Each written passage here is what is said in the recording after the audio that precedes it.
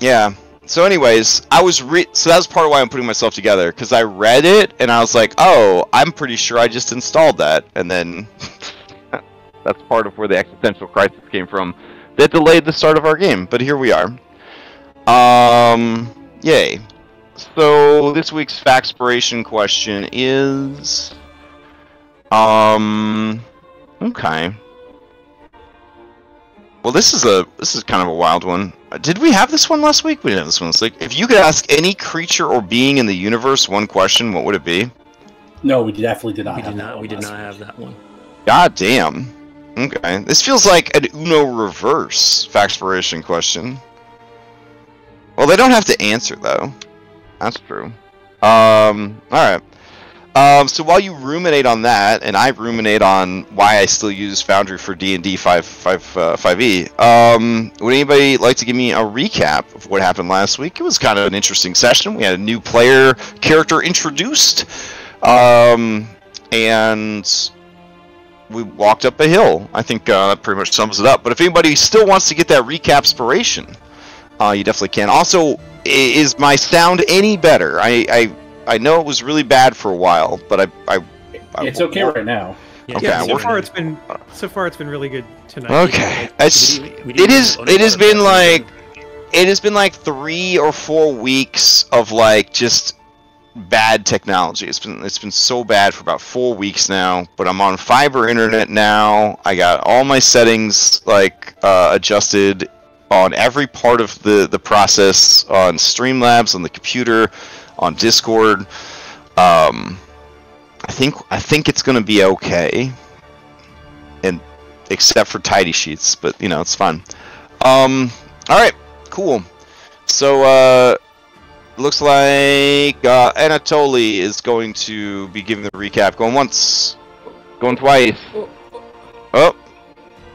No, okay, so Anatoly is going to be giving the recap. All right. So quick question: happened? Do you want Anatoly to give the recap, or do you want David to give the recap? Because David has meta knowledge, and it'll be better. Well, remember when these characters are giving the recap, they're being sat down in the chair on the Office sitcom, and they have meta knowledge for their recap. Okay. Yeah. But it's just from their perspective. All right, take it away, handsome.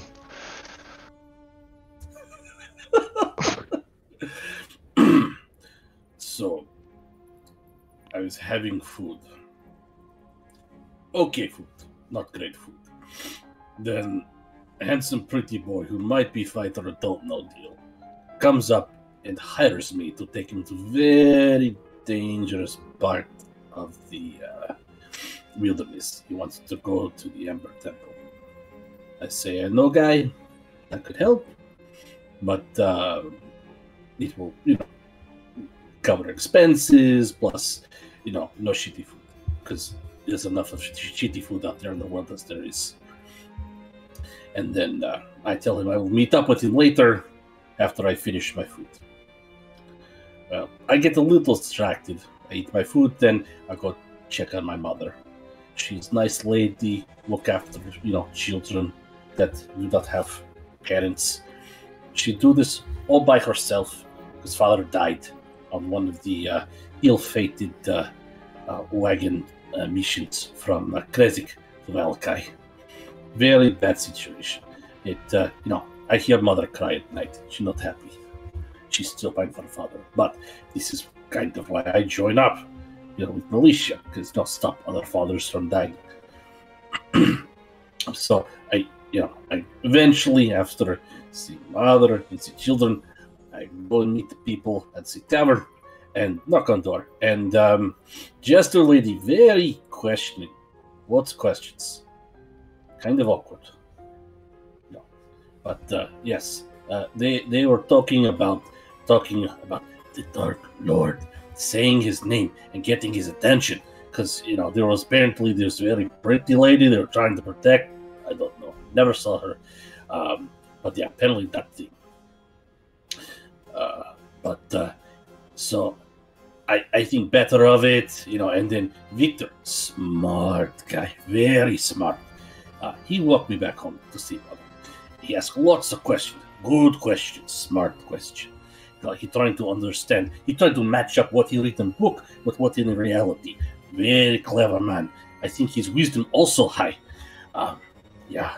And then, I stay up late, watch Star, and then, oh shamoy, big red streak from the sky, and it go up to the castle, go up to Abbey, and I think I see people. I don't know, but something strange is going on up at the Abbey, and it's got to do with these new people that hired me. I know. I think they have some plans. Something bigger, something beyond just going to Amber Temple. Something with the land, something with the Dark Lord. And they, I get the sense that maybe they are okay with, Pretty Lady, staying where she was. Maybe she's quote unquote safe. Don't know. But we'll see in the morning when we actually leave. Or maybe we don't. I hear these SWAT people very inconsistent. They change their mind like that. So we see. Okay. I guess that just David fill in the rest. Because there's a couple of things that off about them. Yeah, well, again, like I said, this is what you get. But it doesn't. Yeah, fair. Just in case anyone forgot the other stuff. So, anyone forgot the other stuff? Yes. So we were trying to figure out what's the best course of action, because Victor was torn about telling us,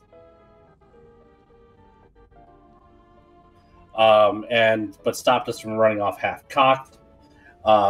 Rationalizing that we're all going to be fucking murdered if we go up there again, because it was an absolute shit show the last time around.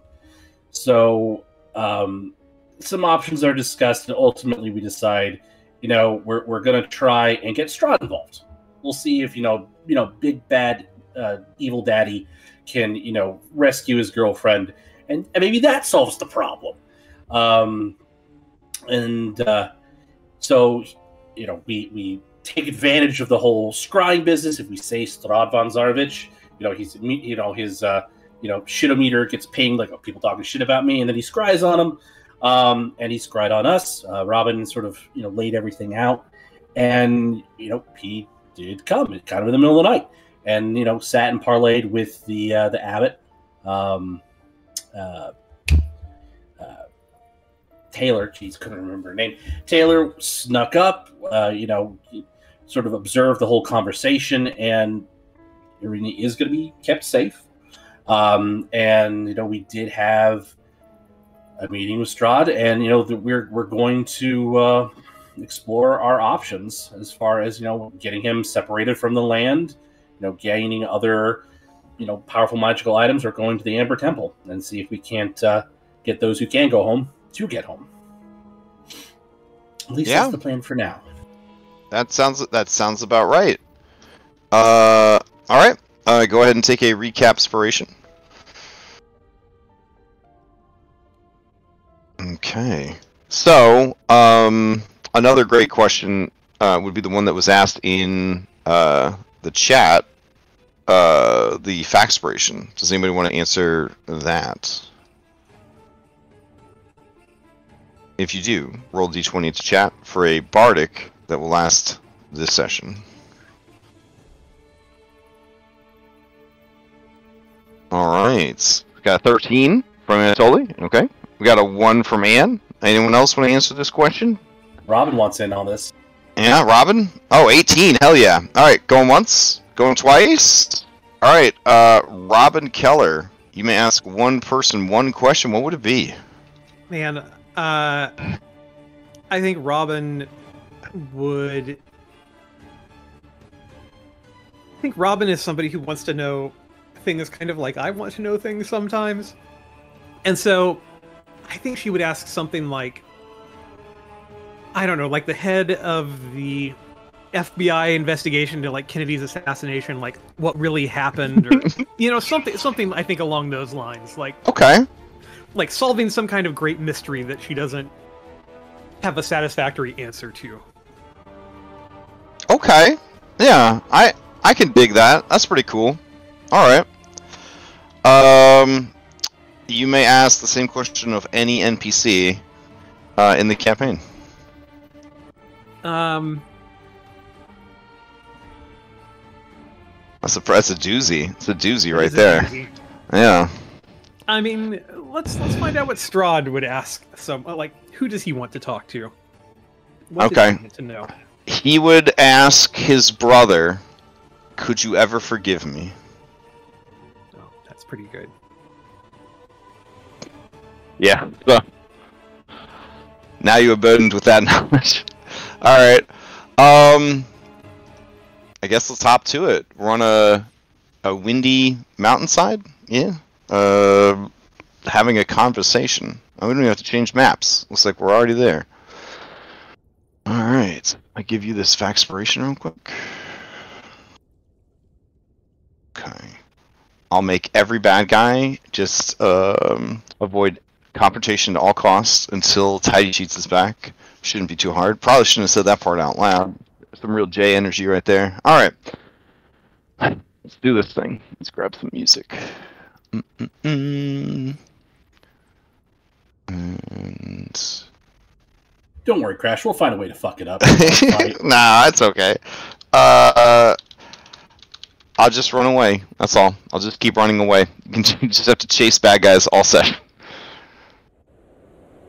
Alright. So, just got the wind whipping around. No music to distract. Hopefully this isn't the ASMR that puts you to sleep. But, warm and comfy on his flaming horse. He looks down at all of you, and you kind of look up at him. And Robin, we ended last session with you kind of looking up and saying like yeah, let's do it. Is that basically where we were at? We ended this session with him offering to send people home.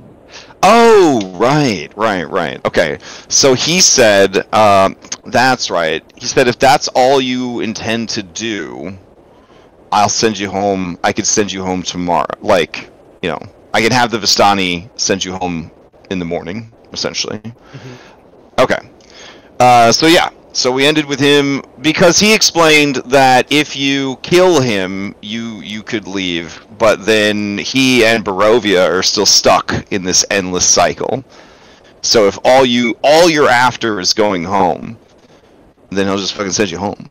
Like if you don't want to play, like you don't have to stay. Essentially, oh that rhymes and everything. Shit. Anyways, so that question hangs in the earliest hours of the morning, right? Because I think it's like not even 4 a.m. yet, or almost 4 a.m. Yeah, some of us really wanted a long rest and did not get it. Yes. So what? How do you reply?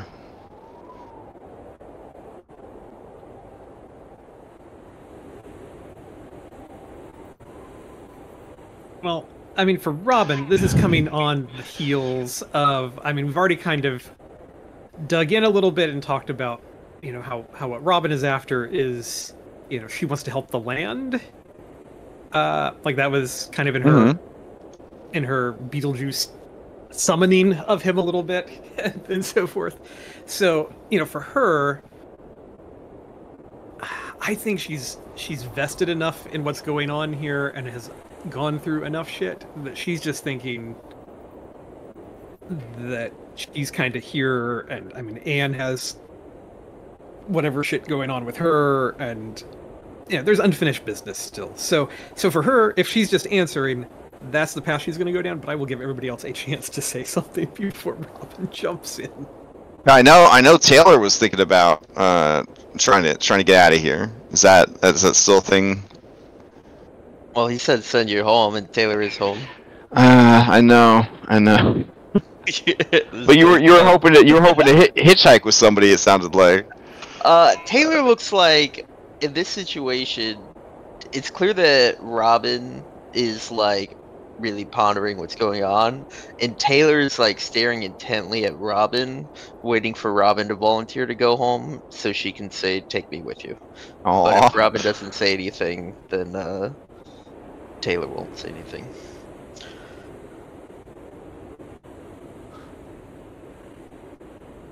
Okay, so nobody takes him up on that offer to go home. I mean, the only one of you, like, I guess none of you really can, right? Is the thing. Like, it's kind of an empty promise, because if you have a dark pasture, he can't send you home. And then, yeah, okay. I think Robin's the only one with the option. And I don't know if Robin stuff counts as a dark pasture kind of thing or not. That's true. I don't know how that works. So, you do feel, because of your position as the Seeker, like Strahd is evil. Like 9 alignments, like the dude is evil, and so like you do feel a certain disgust, distaste, a kind of a knee-jerk stomach acid reflux, kind of like his mount is like, you know, a fiendish creature from hell. You know what I'm saying? Like it's just, it's hard, right? It's hard to trust his words. Is basically the instinct that you're getting. Is that he took the land from your patrons. He took it from them. It's his fault that everything is like this. He is the reason that everything is trapped in shadows. That the land rots, decays, and is filled with corruption. And you, being a higher level person, you're definitely able to acknowledge those feelings and move on. But like anyone with any kind of, you know, training and insight would kind of see that disgust on your face, that you're just, it's like, it's just a foulness in the air that that a part of you just, you can't believe that you're even treating with him at this point. Yeah, it's you know, for Robin, again, I think where she's sitting with that is kind of like, that is the case, but basically what Strahd has told us is that if we can release him, the land gets to be okay again, and he cannot exert, you know, he can move his power away from it if we can get him to be released from Barovia, basically. So, and killing him probably really, as evil as he is, also sounds legitimate. Like, he's probably died before Robin's guess, and like he's still here, you know. Like when he said last time is that if he were, the only way he could die is if he was separated from the land first. Right. Yeah. So like, it's either separating the land and then fight him as a final boss, or separate him from the land and go fight the dark power that's his thing as the final boss, maybe. Yeah. As an idea. Either way, like right now, even though it's not her taste to deal with him, there's no alternative, right? Like, it's the shit is already on the shoe, and like you can't scrape it off at this point. So we're just moving on. Okay. Then he would just kind of carry on then, seeing that none of you, either you guys realize you can't go home, or none of you say that you want to go home. And we'll say, can you send Robin home? Would Miss Keller want to go? I feel as if you are called to something greater than you were. I feel that you have inherited this calling from the man you called your father. I mean, I didn't just call him my father. He literally was my father. But she'll squint unless you know something I don't know. But either way, she'll look over at Anne and she's gonna say, I can't leave here without my cousin. She's basically all the family I have left. And she'll gesture around to the land. She's just gonna say, and I think, like you said, I'm still needed here.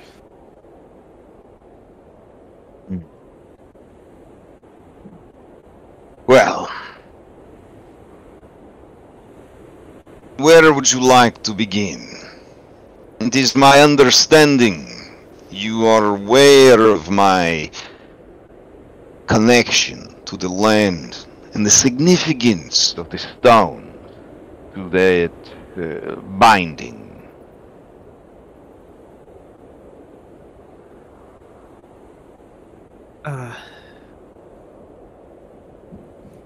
Yes, we definitely have I think a sense of that. If we are working towards your ends, are there any pieces that we should know to help with that process? You will find your journey to the Ember Temple to be difficult, if not impossible. I would advise that you wait, and we shall make the journey together. There to Vampire's prison, where we will finish him once and for all. In the meantime, you will need to gather the appropriate instruments for the rituals of unbinding and the ritual to destroy Vampire.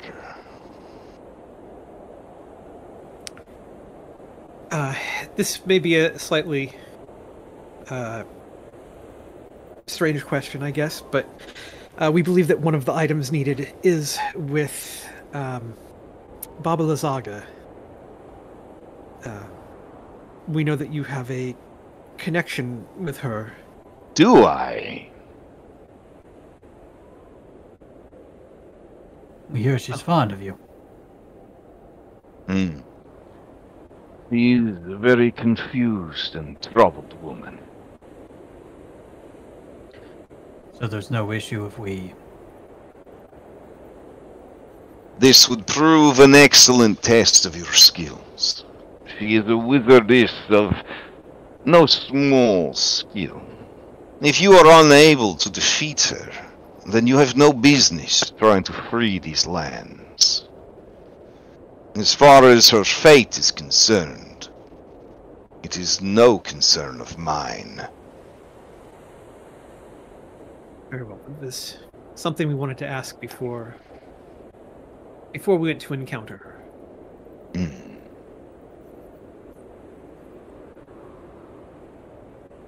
I see. As far as approaching the Amber Temple and trying to free you from Vampire's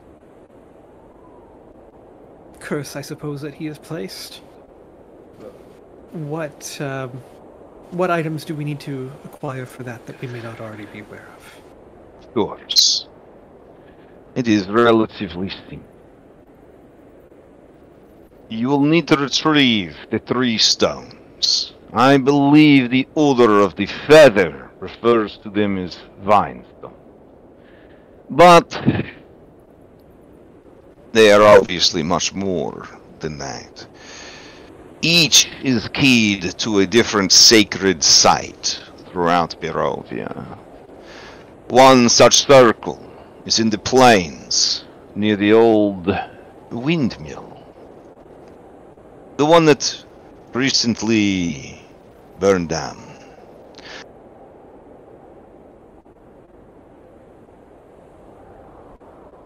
There is another in Berez, those hateful sunken ruins.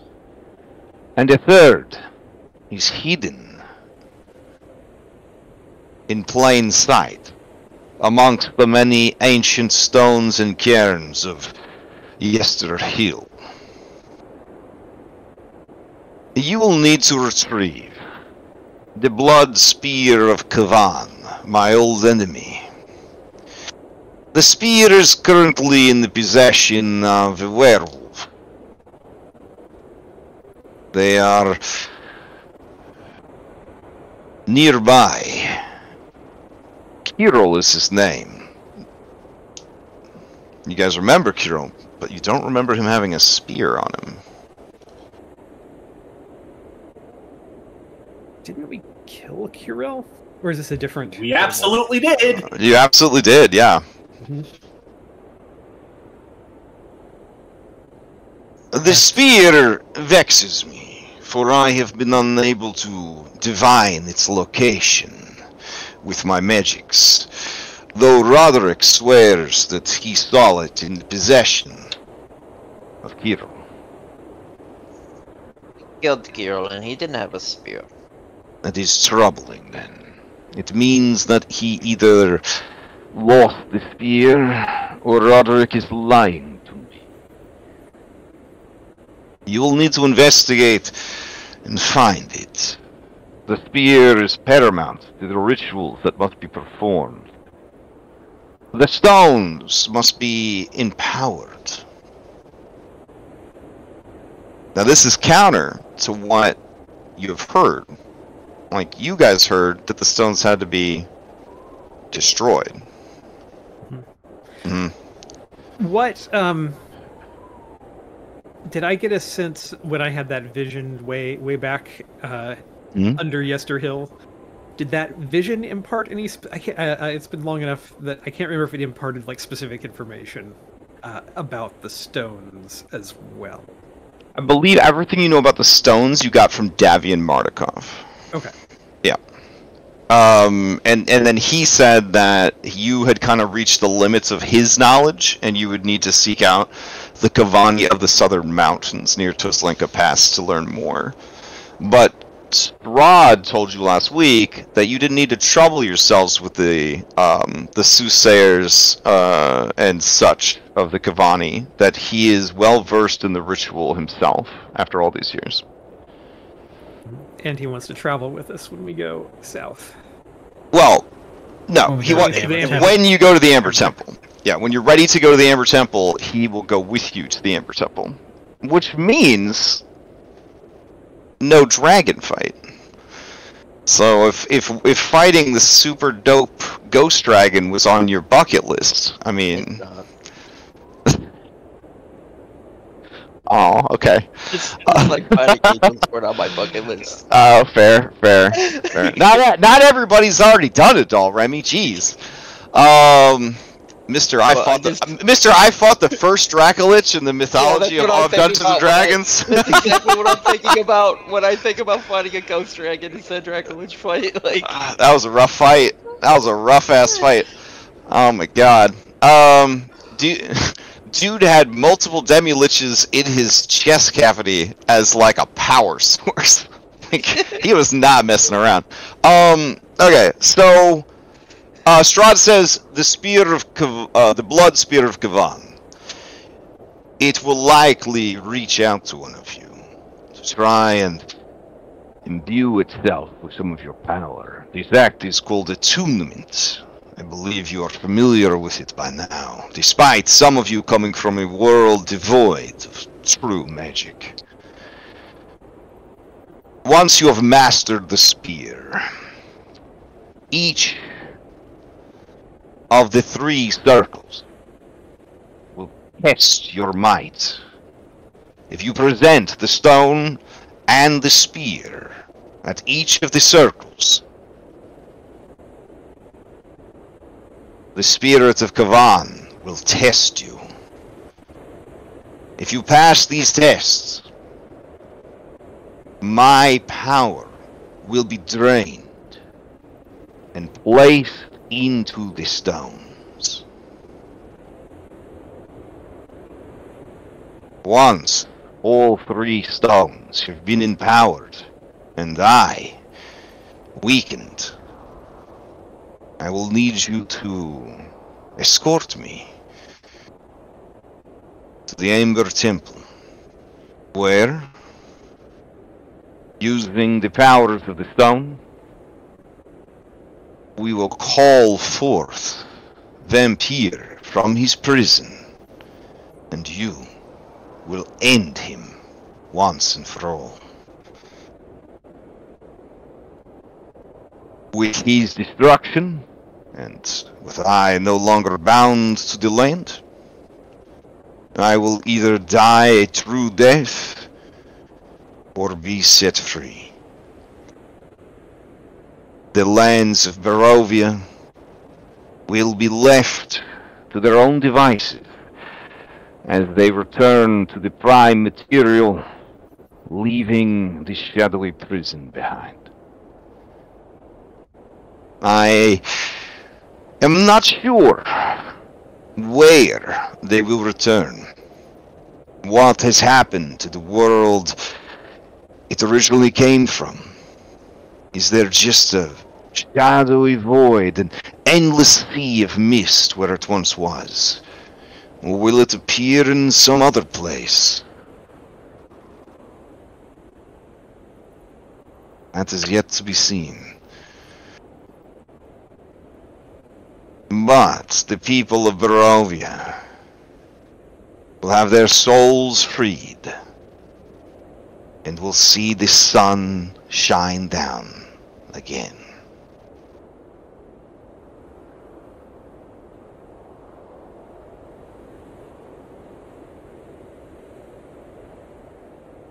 And as for you, you are welcome to stay in the Barovia that will be, or return home. Pursue whatever path you like.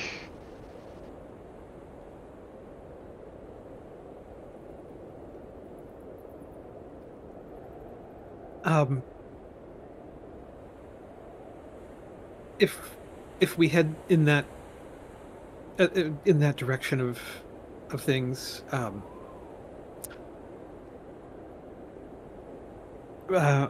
Rahadin hunts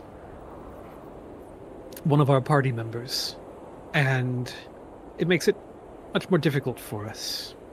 Of course. I care for Rahadin like a brother, and I know now that you have grown enough in strength that to face you would be the end of his life. I will order him to cease his hunt. Robin will throw a glance over to Taylor.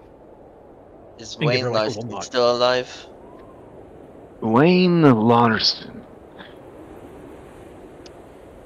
Yes. Wayne Larson still lives. He is a welcome guest in my castle. One of my brides has taken a great interest in him.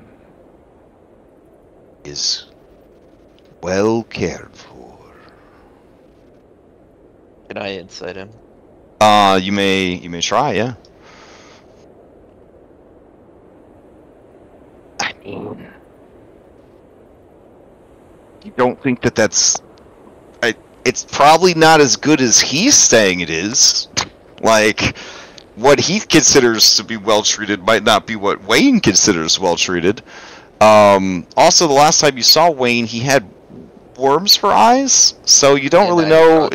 Yeah, you don't really know. Yeah, he was alive. Yeah. That's how he was doing. Yeah, I mean. Also, what does a vampire necromancer think alive means? You know what I'm saying? Yeah. Assuming this all works out, which obviously there's a number of steps to get through to that point. I certainly hope it does. For my patron is a cruel entity. For the audacity of standing against him, you would face a fate far worse than death. What happens with your brides and just kind of the various strong powers if you leave this realm?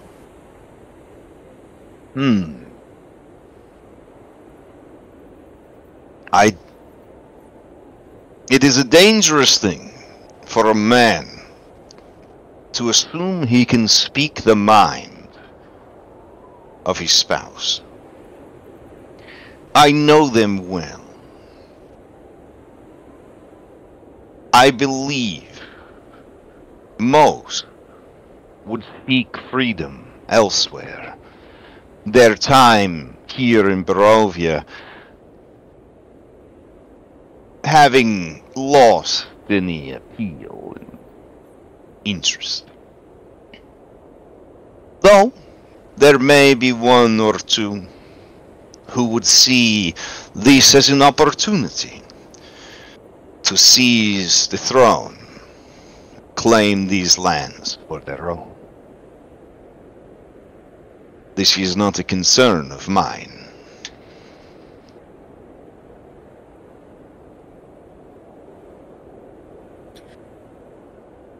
As much as I love them, I plan to move on.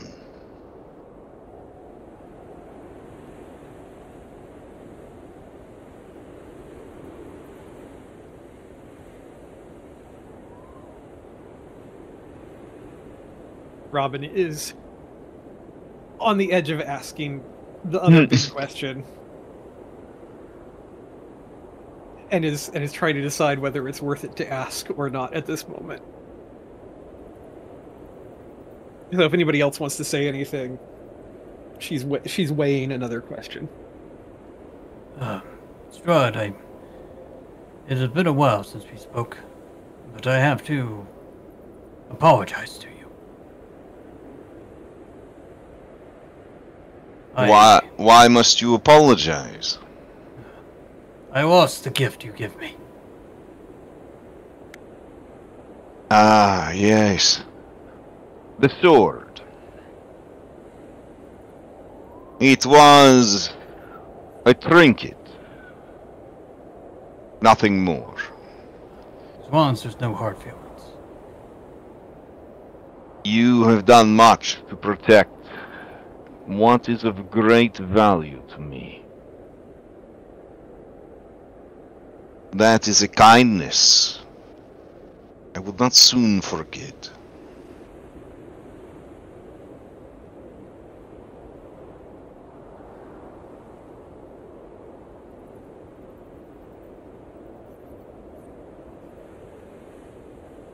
Well, it seems that your path is clear. Retrieve the blood spear of Kavan, master its magics, track down the third stone, and perform the 3 rituals, the rites of strength. When it is complete, I will reach out to you, so that we may prepare for our journey to the Ember Temple and the end of all this.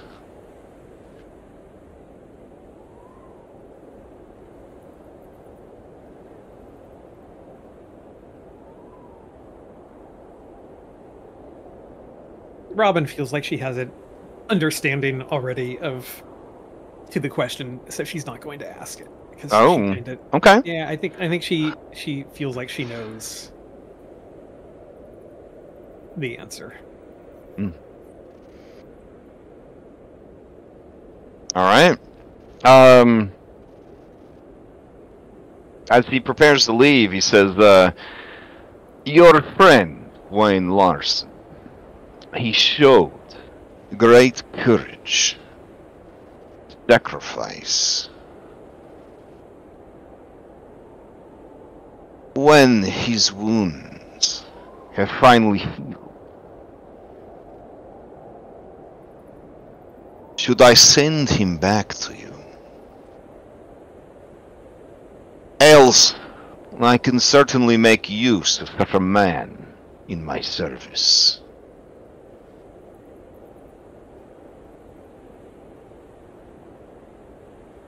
Oh, see, David, what do you want us to do? Yeah, that's up to Wayne. So double OOC. This is only possible because you are meeting with Strahd in this regard. Like, otherwise, he's, you know, essentially a hostage, right? He's essentially a hostage. I mean, he's a hostage even now, because this guy's a bad guy. You know what I'm saying? Like, he let you know he has Wayne, because now you know he has Wayne. I would love an opportunity to play Wayne again, because there was a lot of blood, sweat, and tears put into him. Yeah. And it'd be interesting to explore what's changed so far. Okay. However, I don't have a character present, and I think... Oh, no, it would be a couple sessions before he came back. Okay. Yeah. Okay. Well, I was going to say... They're still working with him. You know, physical therapy. Okay, I know how to answer this. Taylor will kill Strahd. Well, here's the thing, guys. Oh? Do you think having Wayne come back would be a liability for you guys? I mean... No. I want you to play. I would love a chance to play him again. I don't want you guys to compromise the party, because Wayne has always put the party first. All right. Wayne can come back. Sounds like Wayne's coming back. All right. Yeah, we can have Wayne come back. Taylor's gonna tell Strahd, when his wounds have healed, ask him if he wants to come back, then please bring him back to us. If he no longer wants to fight. I have no doubt he will be returning then. He asks about you nearly as much as he does Sweet Dunbar.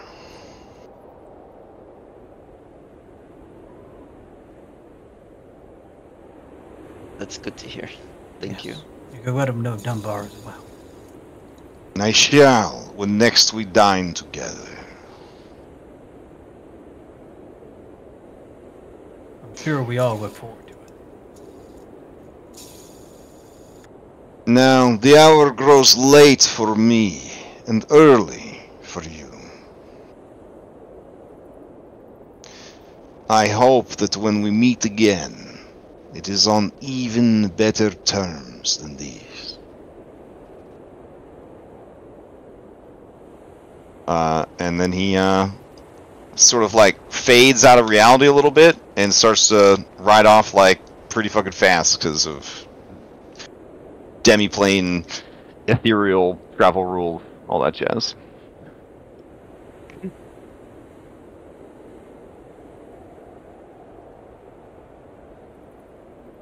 Okay. It's nice to have a clear direction.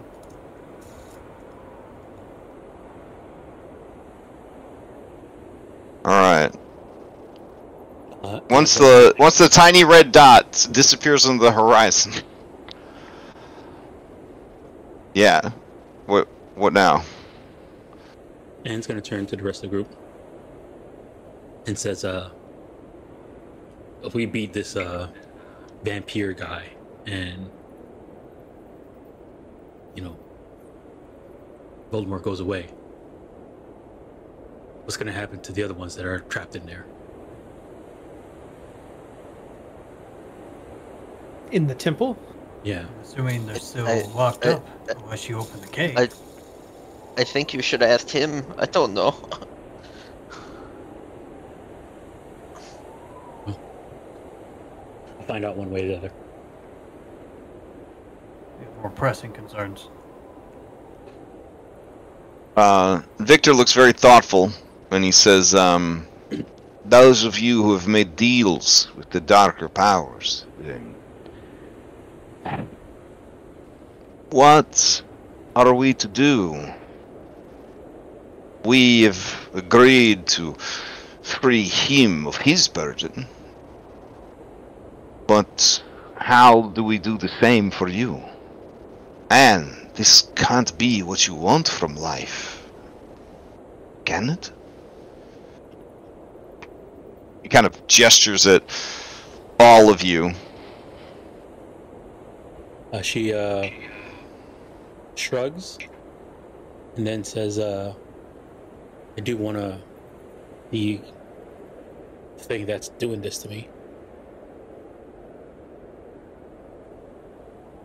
Would you take its power for yourself? I don't know.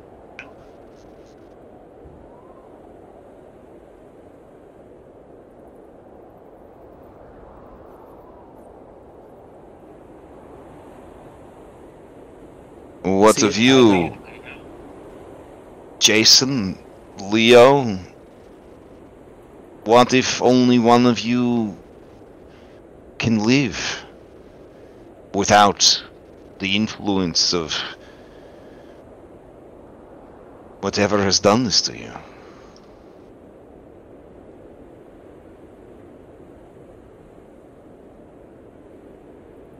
If only one of us can be here, then we'll make room for Leo. This is his body. I don't even know how I came back. But Oh, I'll he drank you use- like soup. Ah. But I'll use the power that is given to me to protect everyone.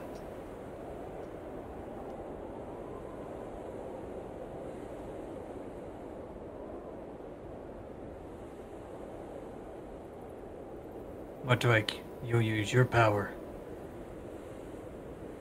to protect the ones you care for. Ain't that right, Victor? Your magic?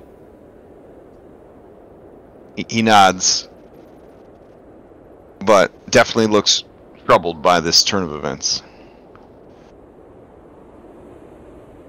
Still a ways off. There's still much to do.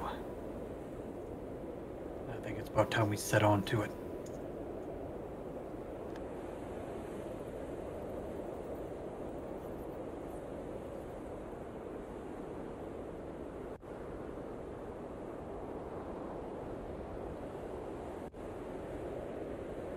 All right, yeah, he nods and he follows you guys if you head back towards the town. I mean, Robin's ready for a rest.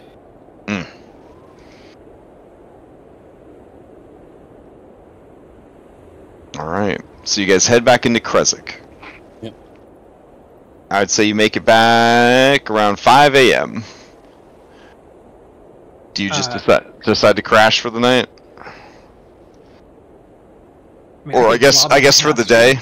Yeah. If anybody wants to do any investigation about that spear, I mean, we do have a number of people who were in the werewolf camp that could get asked about it. Probably the mother werewolf probably has it. Yeah, probably. But you know, there's You a can ask bunch the of kids in the morning. kids see a lot So- of things. And we know one kid So who probably is seen the it. plan that we find the spear, then go to Baba? Because we only have like 4 days to get to Baba. I think Baba is the next stop for us. We Healing might not have time for this sphere. We don't really know where it's at. So Must do we be get somewhere stone magically first, protected, and then right? The stone first, then we go after the spear, I think. So wake up in the Okay. morning, go talk to a kid, see if we can find out where it is. If they get any information, then we go to this lady, get the stone. And after we get the stone, then we figure out what we're gonna do about the spear.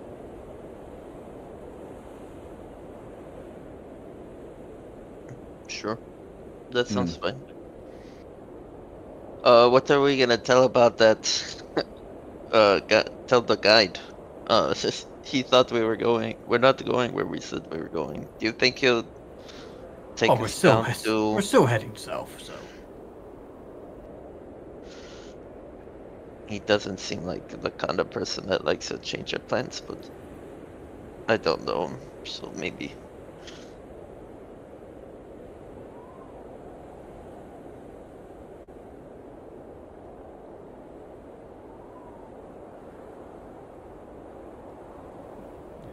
something might come to me while I'm sweeping.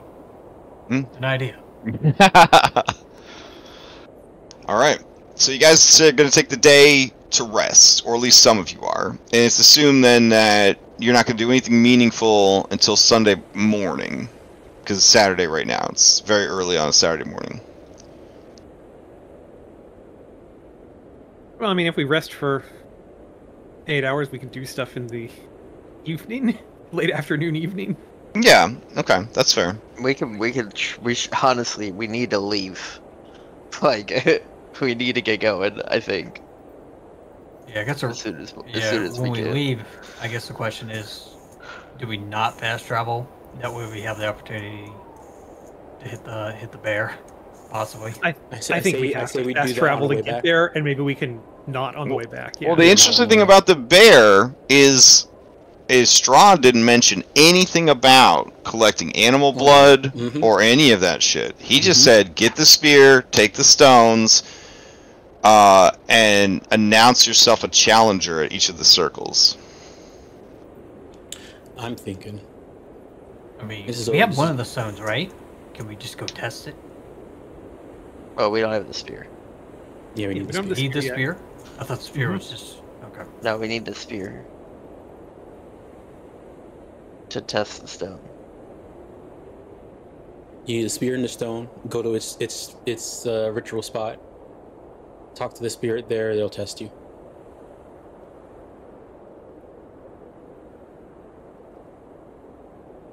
But again, you're already getting conflicting info now. Yeah. About because one said to transfer his power into the stone. One said to use the stone to shatter his bond to the land. I'm thinking, go put the power into the stone and then destroy the stone. That's what they want.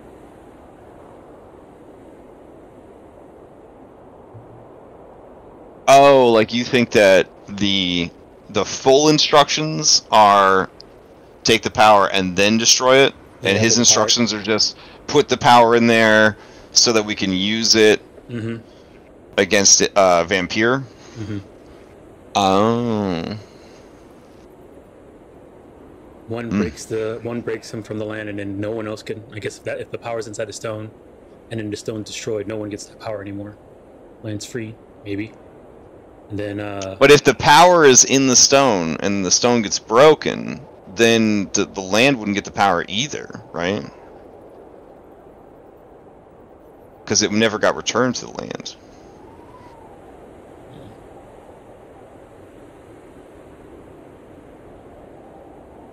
So you're also in a situation where you have a little bit of information from one and a little bit of information from the other, but you don't seem to have all the information, or you have. I mean, Strahd seemed to tell. Yeah, Strahd seemed to have told you that he had like the information that he felt you needed to do the part that he needed you to do. Yeah. The Order of the Feather told you everything that they know to get started, but said that ultimately you would have to seek out the Kavani shamans and the southern tribes for more information. I'm thinking we need to get Robin full seeker status, get the things, and then go talk to Kavani in the south as a full seeker, and they'll probably let you know everything.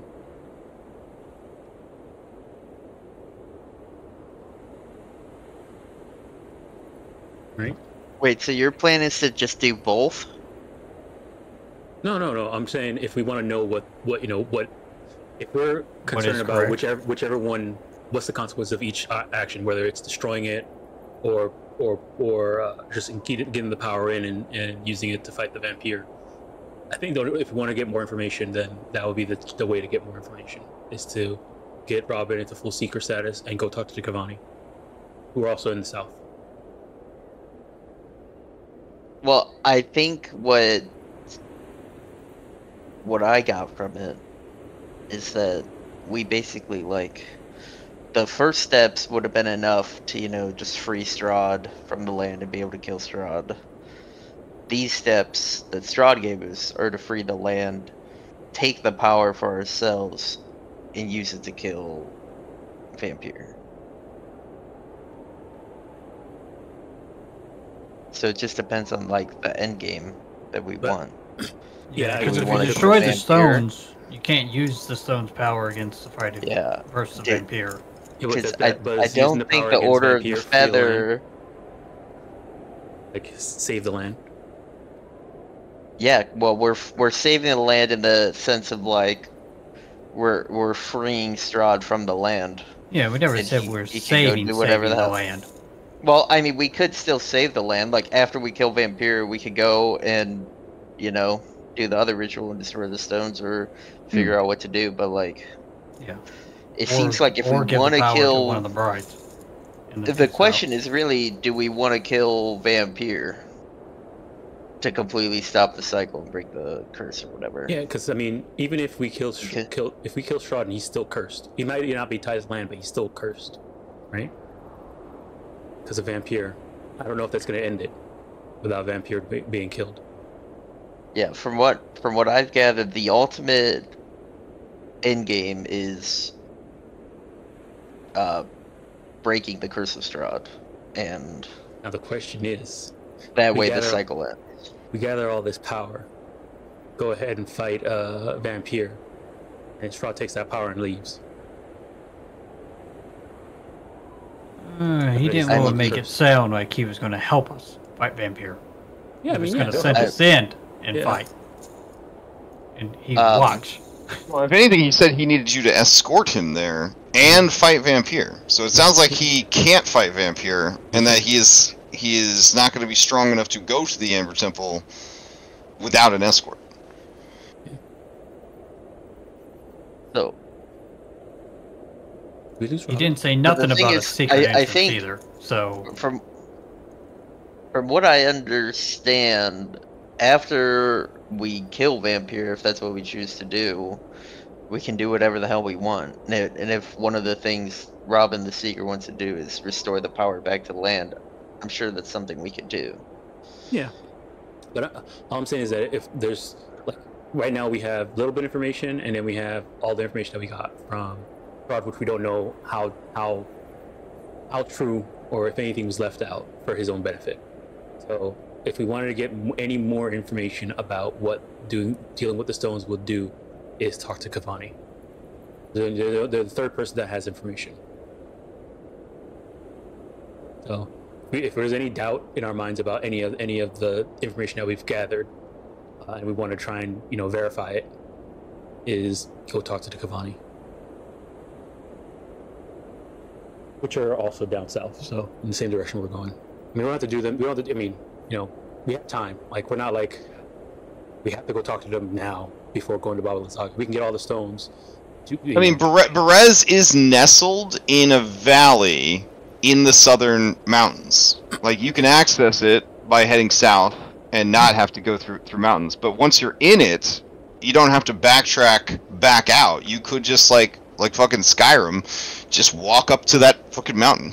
You know what I'm saying? Yeah. Like, you can say, I'm not going around to the pass. I'm gonna just walk up the goddamn mountain. Yeah. All I'm saying is that if we want to get any more information about this ritual, let's go talk to Cavani at some point. Okay. Yeah. I mean, can they be trusted either? Can the Cavani be trusted? No. Yeah. we have no clue. We have no clue. Not. But having 3 people, I mean, I think just like real life, people are gonna do what's in their best interest. They're gonna tell us their best interests, but we're gonna have the best interests of Strahd, the best interests of the Order of the Feather, and the best interests of the Cavani, and then we'll be able to piece all that information together to come up with a conclusion. I'm not saying the Cavani are going to be right. I'm not saying Strahd is going to be right. I'm saying I think the Cavani are probably going to push us away from helping Strahd. But well, I mean, we don't have to do what they say. I'm just saying we're going there for information. yeah, Play it by ear. Depending on what our health pools are after fighting this. But how much of that, Dom, is Anne just wants to go find some giants? You know what I'm saying? Cavani's like, what, I'm a little skeptical about that. Some of that. I mean, Strahd hasn't done anything, really harmful to us. And got 2 hostages. what do you mean he hasn't done anything? Like, he brought us here. Well, that was not against, technically his orders. That was... Yes, it was. That's what we found out. Erode picking people at random.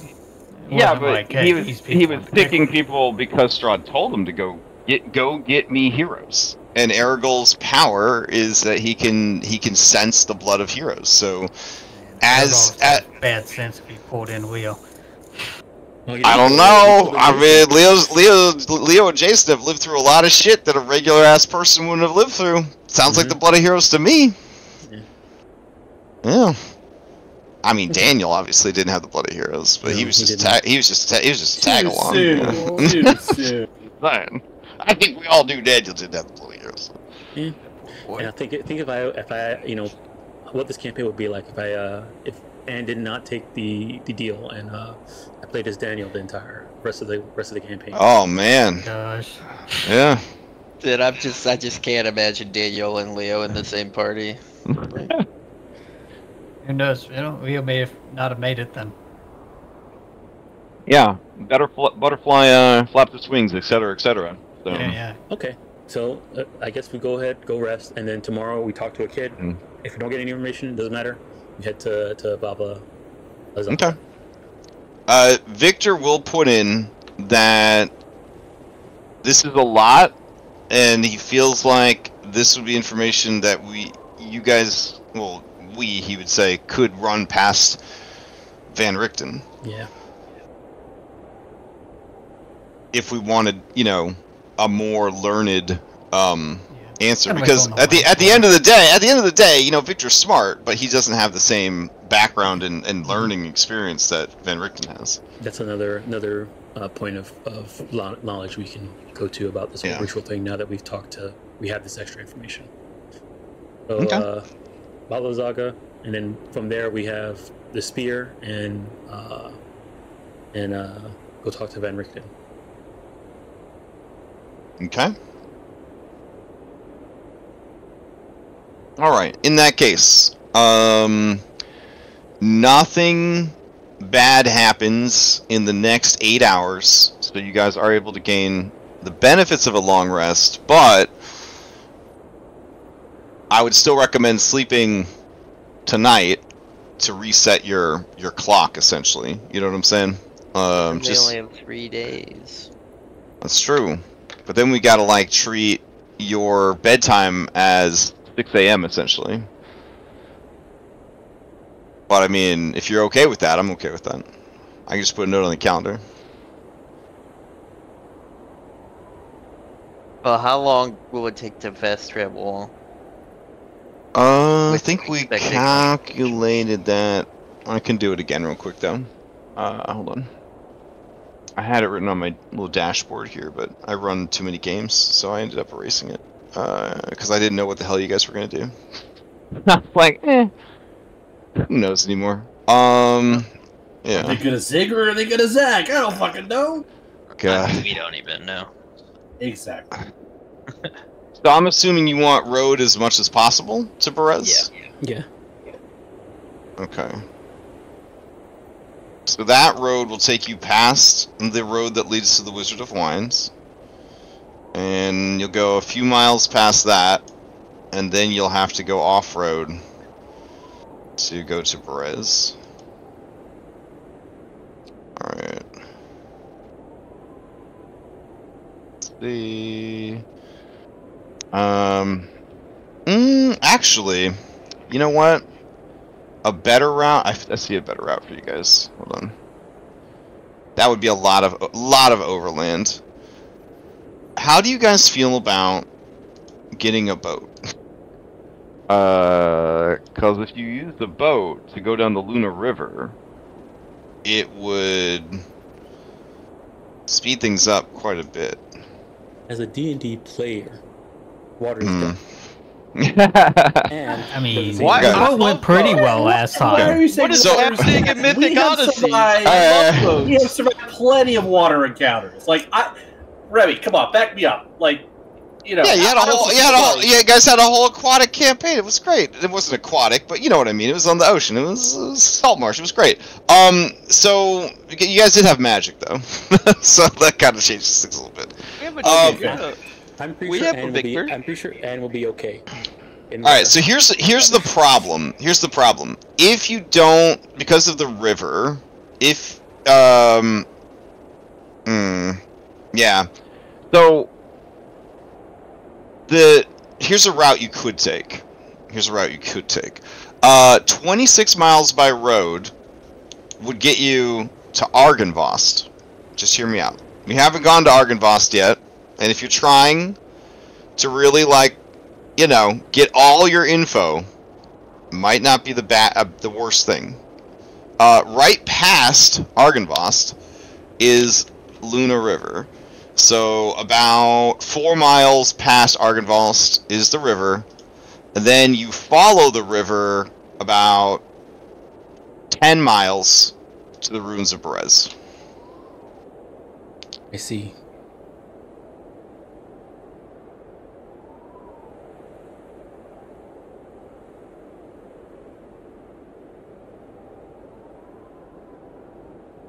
I mean, I that mean, seems like a good. Go to the spooky ghost town. If you want to skip the spooky Castle full of ghost knights, you could go all the way back to the crossroads by Valakai, which the shorter route would take you right past Van Richten's tower if you're sticking to the roads the whole time. And then once you get to the crossroads, which is a journey of 28 miles, you could follow the old road that has now been sunken and washed away by the river. And that old road would be... let's see...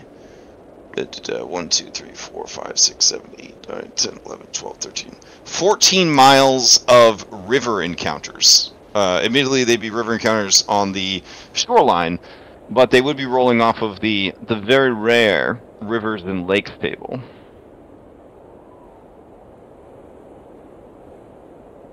I like something like this on the map table, guys. Huh? I'm on the map table drawing routes that you've been saying. Oh, okay. I know this map is not the best, but... Yeah, so basically you guys would go to the Luna River Crossroads, and there's an old road there that has since been washed away. Here's a shot of it from the good map, to give you an idea.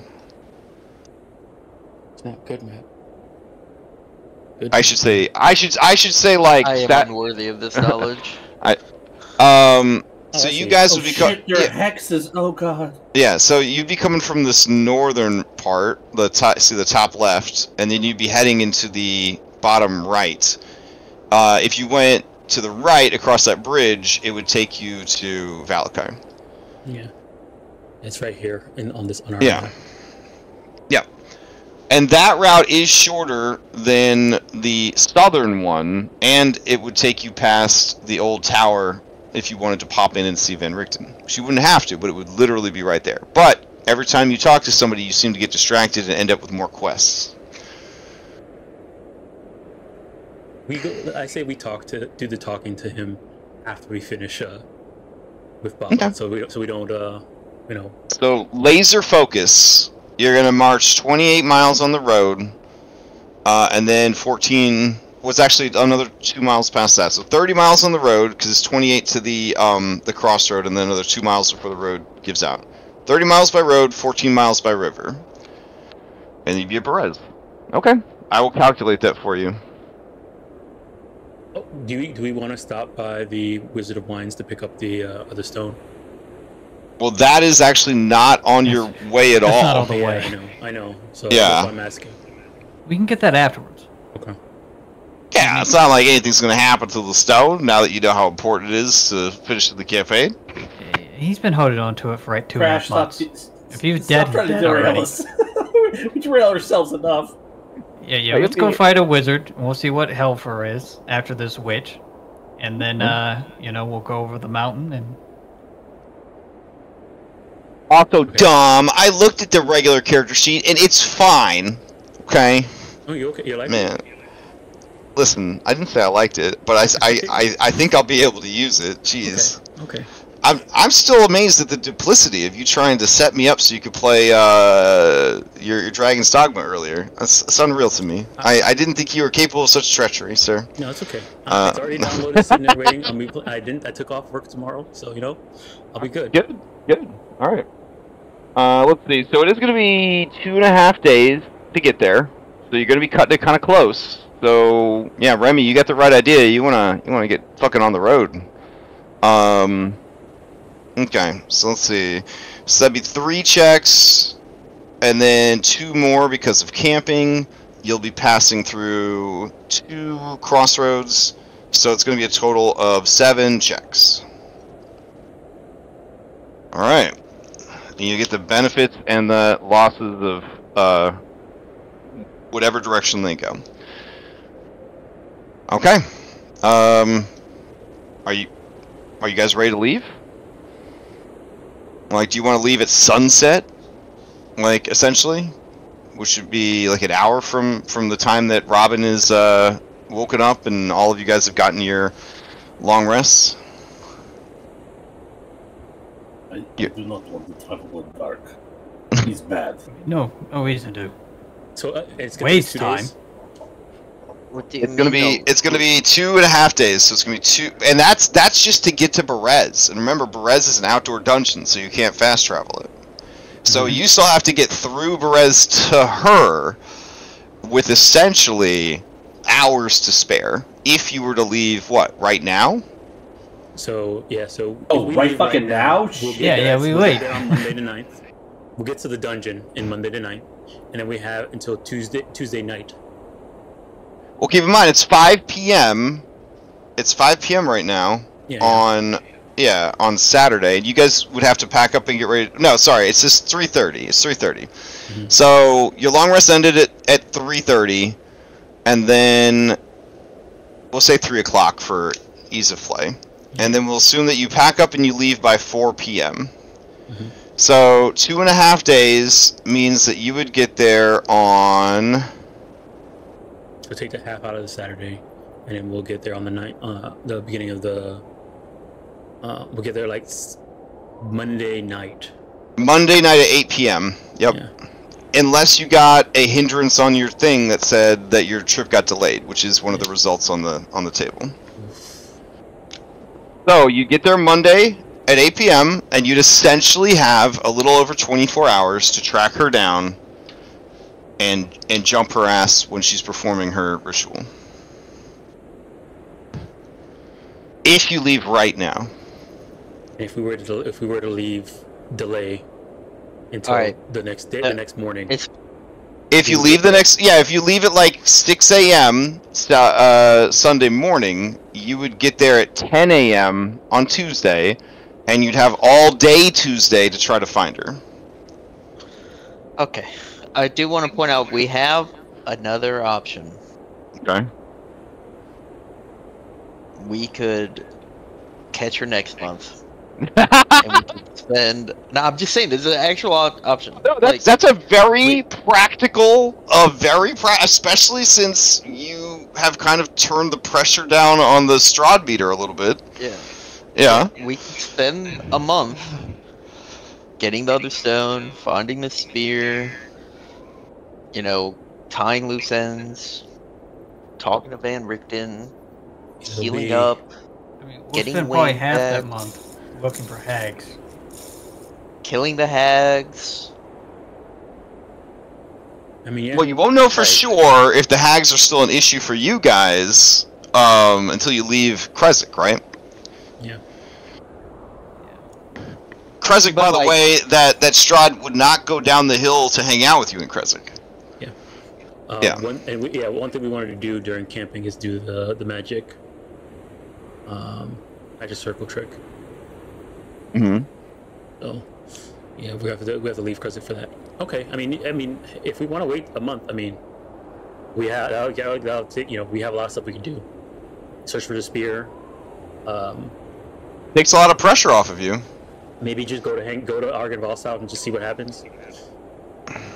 It's just not randomly add a dungeon. What do you mean? I want to do that. Go get Wayne and pick up the the sun sword over there. Ooh, I don't. Yeah, we're homies, right? We should be able to just go and ask for stuff from the castle now. I'm just messing. There's no. It's not happening. Let me get that lightsaber off you, Chief, so I can kill you with it later. I mean, So, it's good against Strahd, it's good against Vampire. So classic. They have no fucking clue what's going on, right, in the game at all. They haven't found the book. They haven't like dug into any lore, but they got that fucking lightsaber because it was in. That's the most important thing. Right. Well, the problem, and they just fucking swing that shit everywhere, and they got into that fight to save Valakai from the Faithless, and the Cold Shoulders had been sent to help Ludmilla take over Valakai in the absence of Lady Walkner, who is dead in that campaign, and the Baron, who is dead in that campaign, and Victor, who's missing in action, but he joined the player characters. So since Valakai had no blooded leaders, Ludmilla was sent to like rule over Valakai, and she was given control of the Cold Shoulders. So when they rolled into town, Victor was like, "This is my father's land, and it's mine now, I guess." And she's like, "Good, I don't want to run this shithole." And then she's like, "You're not gonna have much of a town because it's about to get destroyed." He's like, "I know, and I don't know what to do." And she's like, "Well, you can work with the Cold Shoulders." So the Cold Shoulders do their cool like anti-hero intros and all that, and the party's like, "Dang, they're so cool." And then as soon as they get into the fight, Wes, who's playing as Isaac, or not as Isaac. He's playing as Eastmark. He's playing as Eastmark. He just whips out the fucking lightsaber, just wow, and just starts, and all the vampires start dying, right? Like instantly, right? And he's just like, "I'm sorry, this is my only weapon," which is untrue because the dude carries he's like a barbarian fighter, so he's got like a 20 strength and like, yeah, he's got every weapon in the world strapped to his back. "This is my only weapon," and they're just like screaming like in pain. And anyways, vampires don't like that very much. That story very much. So like, I don't know if that would still be a deal breaker. That might be. It might be a deal breaker. I don't know. It's not a bad thing to have if you stumble across it, for sure. You got a whole month before you fight Baby Lasagna, so. All right. So, are you guys down with taking a month, or you want to go now? I say we go ahead and try to get it over with. Ooh, sounds like a poll. Sounds like a poll. If we fail, then we try again next month, right? Yeah, it could be a learning experience, at least, right? With a different party called the Cold Shoulders. That is honestly a good TPK backup plan. Not gonna lie, that's a pretty good backup plan. Damn. I mean, if we go down there and we're late, we can just go to the Kavani, since Anne's already kind of said some stuff about it. Sounds like... Dude, I'm looking at two things right now. One of them is a timer, and one of them is freedom. And I gotta be honest, I kind of want to choose freedom. Like, okay, William Wallace. 3-day timer to kill Baby Lasagna. I would take that. Alright, or 1 month spent studying abroad. You've been studying in a nice castle. Anatoly is just like frothing at the mouth, like, "Come on, let's fucking go!" Like he was promised. Yeah. If we take a month off and say we're gonna go to the castle, how am I gonna convince? Man, you guys making this difficult. All right, here we go.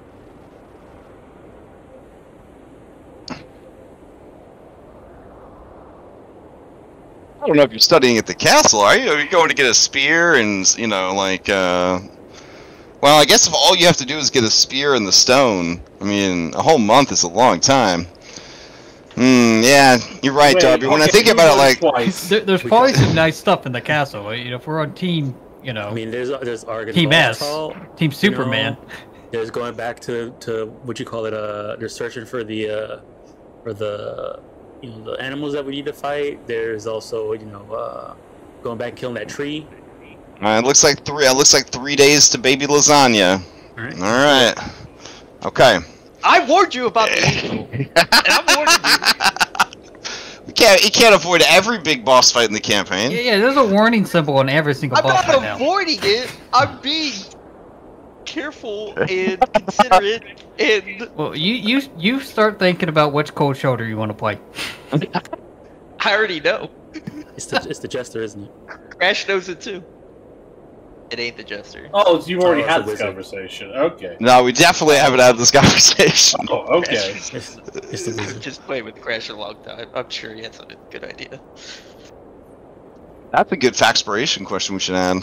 If you had to take over playing one of the cold shoulders. Let me go look All at right. the board real quick. Hold on. So we don't roll for weather until we've committed to the trip, which we've done. You are on road most of the time, but you are also going onto the river for a bit. Okay, that is going to raise the DC, and then the weather is only a +2. That's not too bad. Alright. Okay. So, these are going to be DC 18 checks. Oh, yeah. Dina's a good one. DC 18 checks. Get your eyes off my backup character. No, I'll go the shit out of your backup character. You can't stop me. Alright. So, I just think it's great Strahd has 2 different dragon tamers working for him. I mean, why wouldn't you if you live in Dungeons and Dragons world? You know, you live in a dungeon, you gotta go get some dragons for it. Put fucking dragons everywhere. I've never fought a dragon in a dungeon before. Wow. Ask Daybreak how it's doing. So anyways, alright. So DC 18 checks, 7 of them, and I will roll you guys into initiative for it. Alright. And Robin is not here, so I will try my best to roll Which is curious because we had 5 votes. Well, Dom votes twice. Yeah, he always votes twice. Yeah. Dom, is this your method of never being wrong? You just vote for all the options? Yeah. Because I'm fine with either way. He's a rose? I mean, I could always roll. Look, I'm fine with either way too. I still prefer one way. I don't have a preference for either. If I do, I won't pick it. Okay. Alright, let's do it. Begin rolling randomly. Oh, I hit roll all and it's just hanging there. That doesn't seem good. Process. You don't think Lancer broke too, do you? Oh, no. That'd be some shit. I went to update my Pathfinder mod. I wasn't even updating my D&D mod. It's stuck in there, man. Alright, yeah, cool. Looks like it is not working. Alright, what about rolling initiative from your sheet? Hey, that's wild. Alright, so it throws you in a second time, but doesn't actually give you a roll. So I would say that, yeah, it's broken. Alright, cool. Combat in active initiative without, Lancer. That's fun. I mean, Guess we're gonna get the spreadsheets out. I mean, we've done it before. Yeah, have that's a true. 5. Hold on. I'm just gonna turn it off. Let's see. Lancer.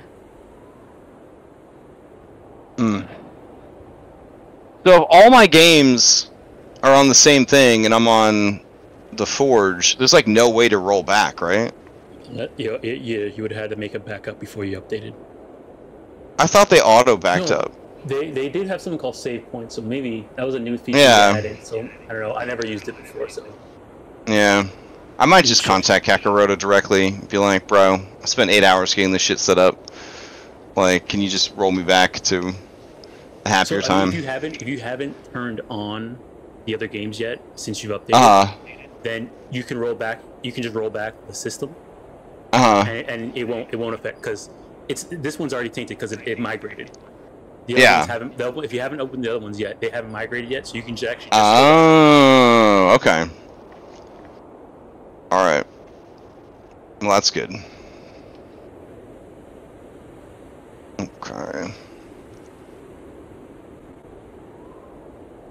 Alright, so we got everybody. We'll add them to initiative. I'll roll everybody into initiative. There we go. Alright, begin. So, Taylor, you won the initiative. How are you contributing to this traveling? Man. Survival is never a bad choice. It's a DC lower out with survival. It's not lower, but you can use it without having to bullshit a reason, and there's no diminishing But I have returns to on roll a 16 on the die. Oof. Survival. Yeah. So, instead... This is because you're going into the Berez region. Berez is real fucked up. You know what? I fucking got you, bro. Okay. So this is the very start of the trip, right? And Taylor knows that it's gonna be a long trip, and we need to be well prepared. So what Taylor's going to do is she's gonna help everyone pack their bags and tie everything really tight, so nothing's like loose or like hanging or slowing everyone down. She'd like rope to use use. sleight of hand. Yeah. Okay. Sure.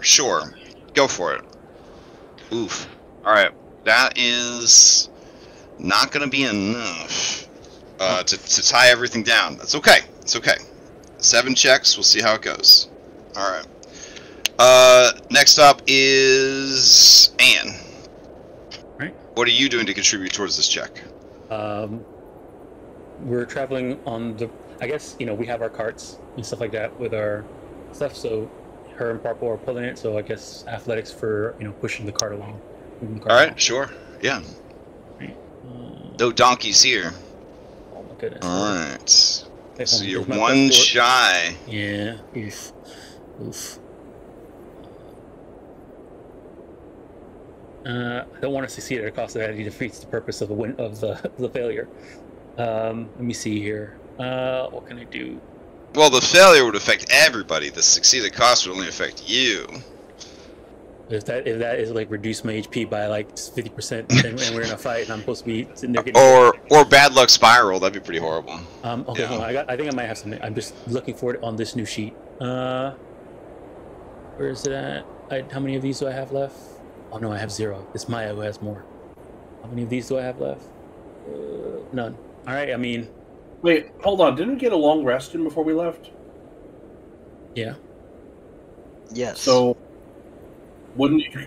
I mean, did you not get any of those resources back? I think they're looking for like rerolls, like Yeah, fansbos I'm and insbos. My bad. I'm sorry. Yeah. No worries. All right. Well.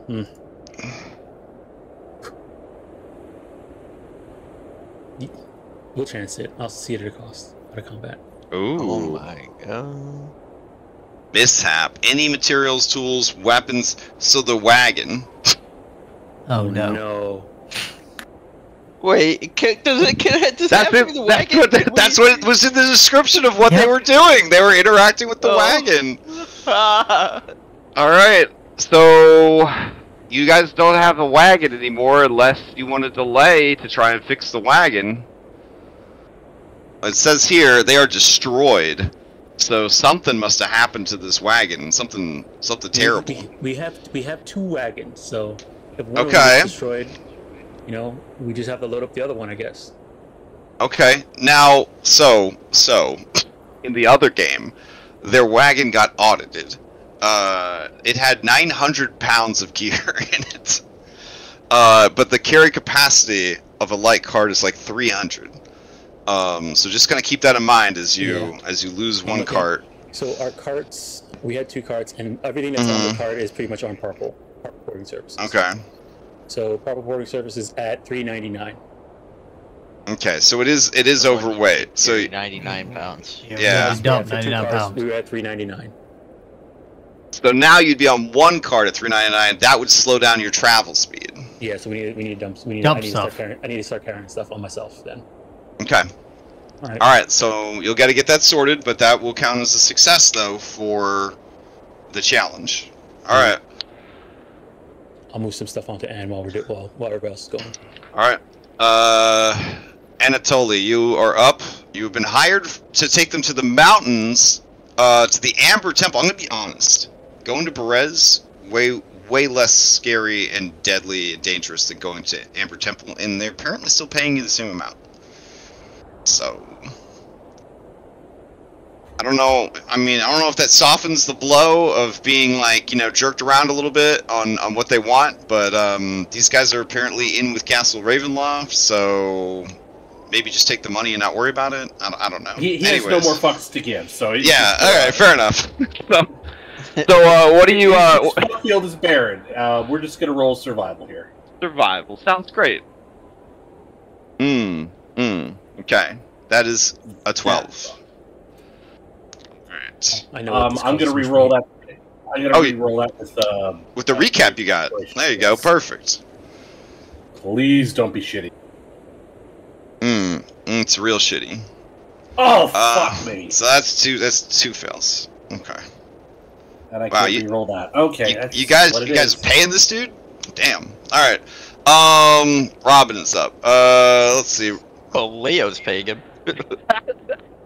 Oh, but yeah, I guess if you want just for funds to see who is who, like during the journey, Jason, Leo, you could definitely roll on those. I guess when it's your turn to contribute, you just roll to see if you're Jason or Leo. Okay. So Robin has a +3 to survival. Her best stat is in athletics at +7, but after watching the car get destroyed, she is eyeballing perception at +6. She might be called on to roll again, but generally the fast initiative people are the ones that get to do this more than once.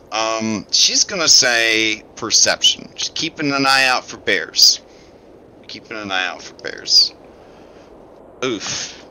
She does not do very good. This is a rough trip. Okay. Alright. It's at this point where Taylor's like, so wait a month or a 1 month break? Yeah, you guys. Well, you got to roll on the table first. You might stand at the entrance to the outdoor dungeon of Berez.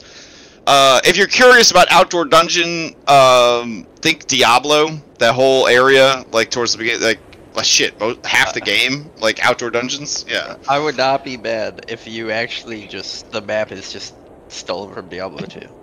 So Jason, who are you today? Okay, so it's Leo today. All right. So Leo, how are you contributing to this, and how do you feel about everybody finally going with Baby Lasagna plan? Right, that was the plan, Baby Lasagna. Yeah. I mean, that was the plan all along. You know, it was kind of a shock to hear that they're not a hag. Like, we totally thought they were a hag this whole time.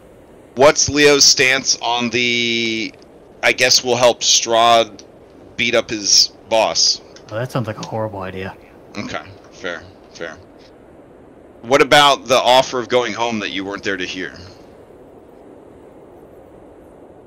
I mean, if you can't get Jason home, is it really worth it? Dang, that friendship. All right. What are you gonna do to contribute to this this travel challenge? It's been a rough journey so far. Yeah, he's just trying to, stay out of the way and, try not to, make anyone upset or ruffle any feathers. If no one ever noticed him, that would probably be the best. If he was never even there. And we still got there. So you're using stealth? Is that what you're... Yeah. Okay, go for it. Nice! Okay. That's 2 successes. Alright, so while stealthing, you stealth ahead, find danger. Whoa, let's not get ahead of ourselves. Avoid it. Let the others know, I guess, blah, blah, blah. Alright. And then we randomize this. Go. Okay, wow, unexpected. Stone. Check number 6. Anatoly. I was like, I'll use survival. That's a +6. That'll be okay. You can use survival as much as you want without diminishing returns. I just feel like if I use survival again, my luck, it's gonna be bad. Bro, they're just dice, brother. It's dice. They're just dice. Yeah, we already lost the cart. It can't get much worse. We'll just survive. Yeah. There you go. Beautiful. Beautiful. Look at that. Look at that 19-year-old. It's just dice. It's just dice. Alright. Robin's got to finish it up. She did perception, so it'd be a -2. She did perception today. So she will take the burden of pushing the cart. It's pretty heavy now. Oof. Damn, Robin. Alright. So there's that. Okay. Let's let me parse through these. Let me parse through these results. I like this because I have to put together like a report, like a book report of how your trip went. And it feels like when we used to travel in Solasta, you know what I'm saying? We used to travel in Solasta. And it's like, Anne tied her shoe. It's like, thanks. We wanted to know that. Let's see. Alright, I'm gonna need a ton of dice rolls. Maybe. Hardships and the other one. Yeah. So just roll a bunch of D100s into the chat. Okay. Alright. How many do you need? I don't think I need more than 9. Okay. Alright. Let's see what we got. 70, 65. 1, 2, 3, 4, 5, 6, 7, 8, 9. Oh, we didn't need the last one. And 90. Okay. Alright. Let's see what happens to you guys. Alright. Gotta go to... I'll get all these out of the way first. So 65 on the windfall table is... Ooh, that's nice. Okay. And then... Oh, there's a couple more successes there. Okay. So, let's see... F.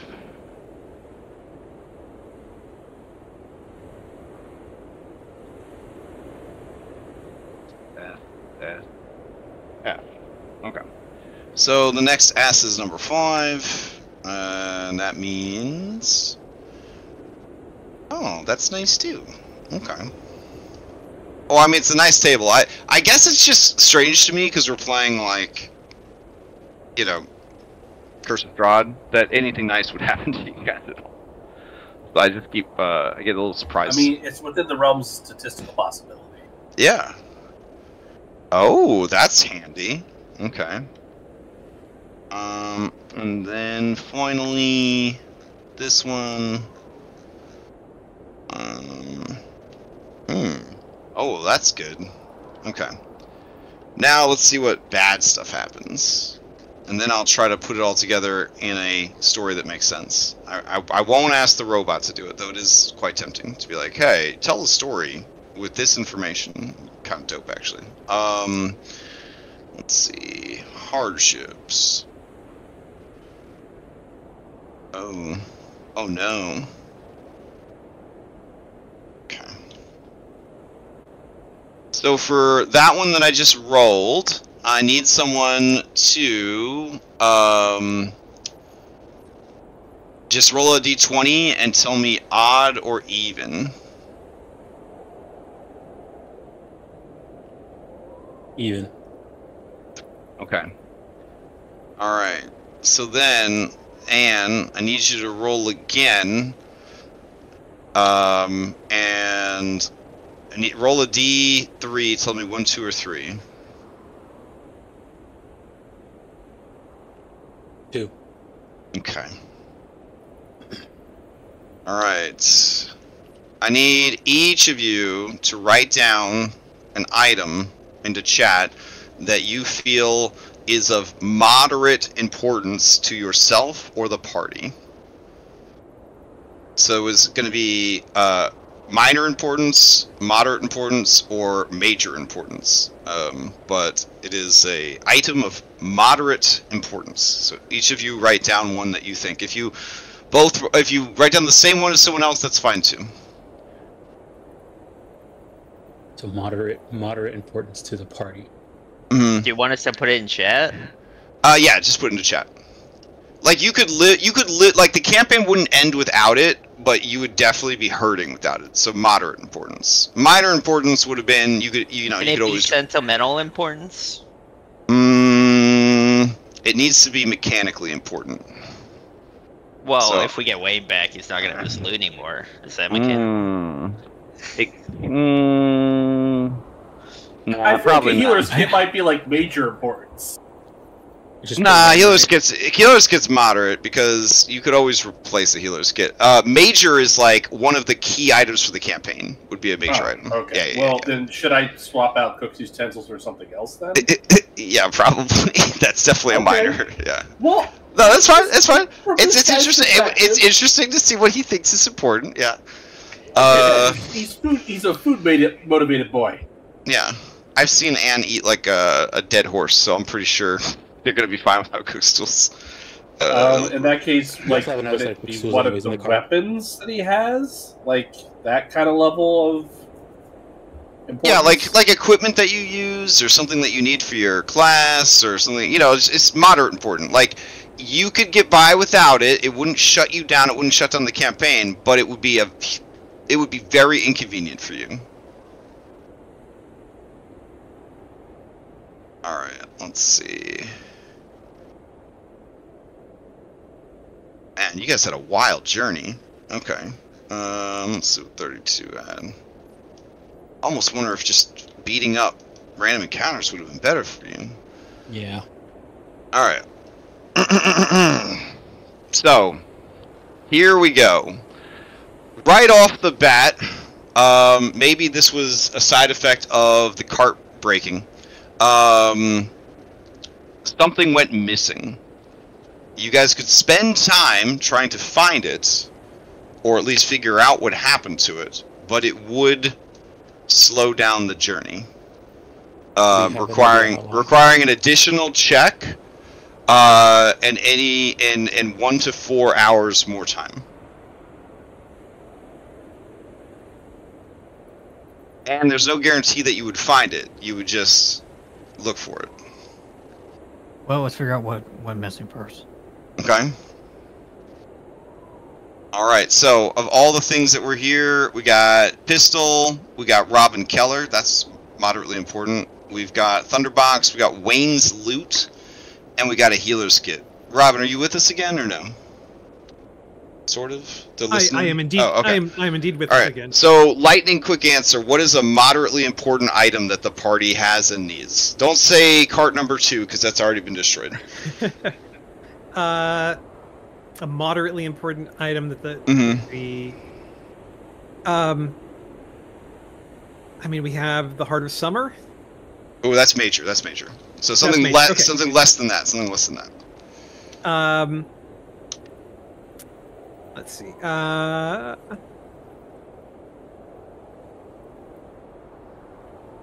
mean, we have like the staff that Victor has. He said moderate. Yeah, I mean, technically you don't need it for the campaign. Okay. So, here's an example of a moderate. Our healer's kit was a moderate thing. Oh, a healer's kit. A second healer's kit. A second healer's kit. Okay, that's fine. All right. We've got like we've also got like the elemental stuff. Ooh, okay. So like earth elemental or water elemental essence. All right, water elemental essences. Okay. All right, here we go. I got healer's kit on there twice. Well, let's see, Wayne's loot, Thunderbox. Oh, backup sidearm pistol. There we go. All right. All right, here we go. Roll D5. All right, Anatoly, your pistol has gone missing during the trip. Oh God. Yeah. So, I mean, you know, could be worse. Could be worse. You guys do find a campsite. This is a campsite that you have not encountered before. It seems clean and well made, as if the people who used it before used it rather recently and left it in very good shape. So as such, when you guys reach your destination, you will have 10 temp HP. Alright. However, that night, a creeping dread sweeps through the campsite. Everyone needs to make wisdom saving throws. And the 2 party members with the lowest wisdom scores do so at disadvantage. My wisdom score is 11. Okay. Oh wait, I'm misreading it. The 2 people who have the lowest rolls will have disadvantage to wisdom saving throws for 24 hours after arriving on the scene. Holy shit. Okay. That was a check, hold on.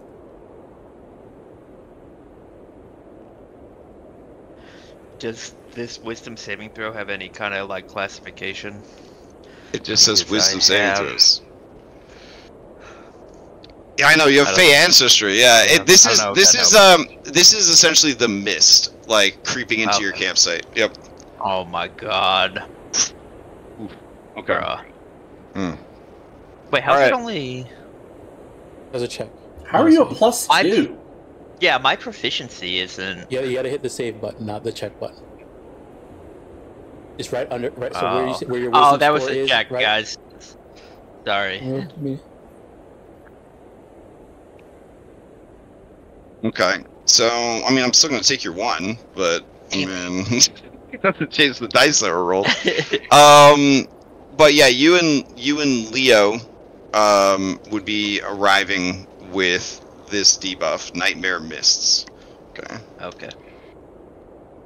And I should just delete that pistol off my sheet, right? There's no chance to find it. I don't think anybody wants to risk another check and 1d4 hours to try to find your pistol. Unless is that something you guys want to do? I mean, 1 check. I mean, he just hired help. No, too late. It's gone. All right. Fair enough. Let's see.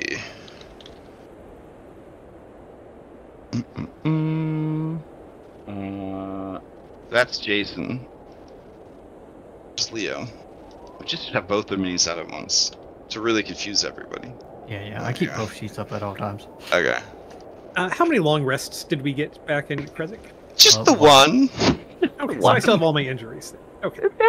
Yeah, but they were they really want to go fight Baby Lasagna. It was suggested that now that you guys have things squared away with Strahd, you spend a whole month resting and exploring and learning and growing and tracking down the spear, and then next new moon, you just go kick in this lady's box. But it lost the votes. It lost the votes. So.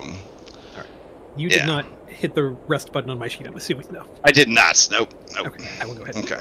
Perfect. Alright, so let's see. Before dawn, you guys are approached by a shadowy fey being. If you would like to participate in this event, roll a d20. The highest will get to participate in this event. Done. Second day. Mm.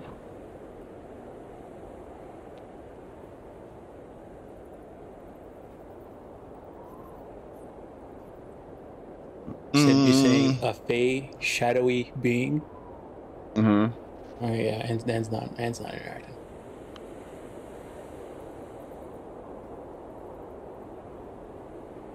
Did Leo roll twice? Oh, there was something else. Oh, my bad. Yeah. I rode to see who was. Alright, looks like we need a rollies between Leo and Taylor to interact with this shadowy fey creature. I'm surprised Leo was interacting with the shadowy fey creature. No, it's Jason technically. Okay. So this is Jason that wants to interact with it? Yeah, I wrote that for the wake up before I did the. Okay. Jason, you are on watch when this creature appears. You have chosen to engage with this creature. The creature informs you that it is bored to the point of madness. It stumbled into this realm and is unable to escape. And the only thing that brings it joy is riddles. You must answer riddles 3, and if you succeed, a great boon we will give to thee. Yeah, it's one of those situations. However, answer wrong and punishment. If you answer all 3 wrong, you will die. Are you ready to begin? I guess so. Okay. So this is the meta challenge. So you just gotta answer. Okay. Okay. The fake creature says, if you drop me, I'm sure to crack. Give me a smile, and I'll always smile back.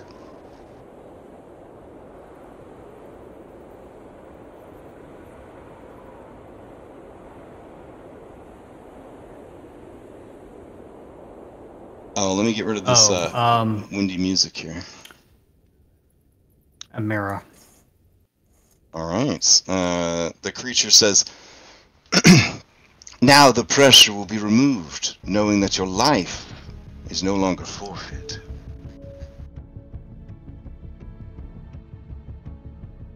Does Jason have lifelines? No. Oh, not for this challenge. He's on, he's on the spot. I just thought it was a fair question because of the music. No worries, no worries. What has cities but no houses, forests but no trees, and water but no fish?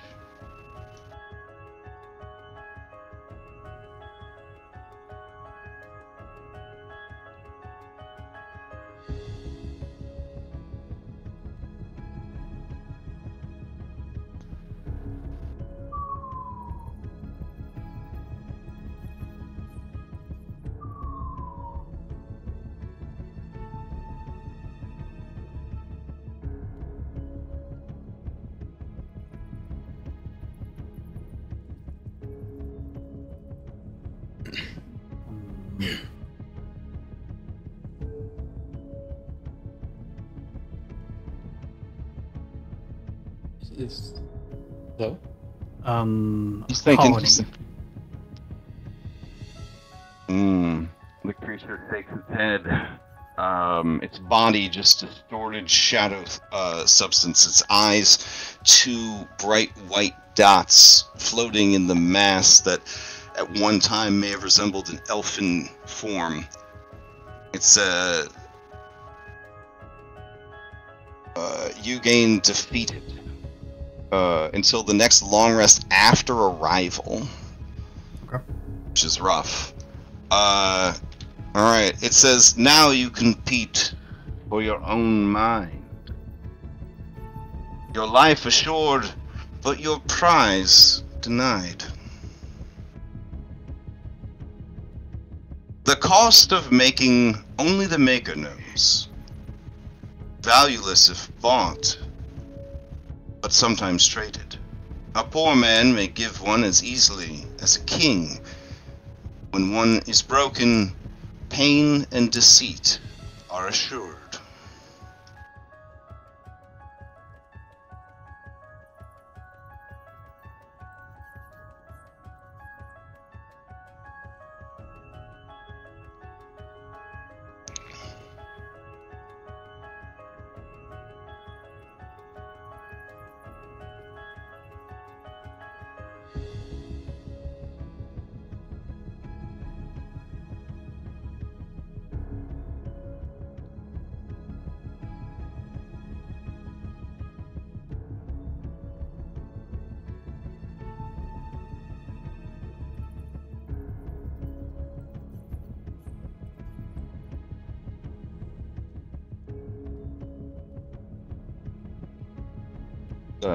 The creature it stares at you from the shadows, but you do see its eyes flick to the eastern skies, fearing the memory of the sun.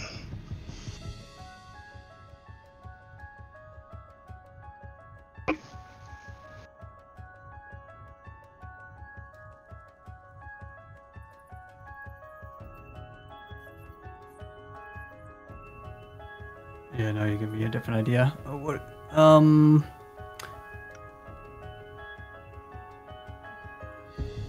Warmth.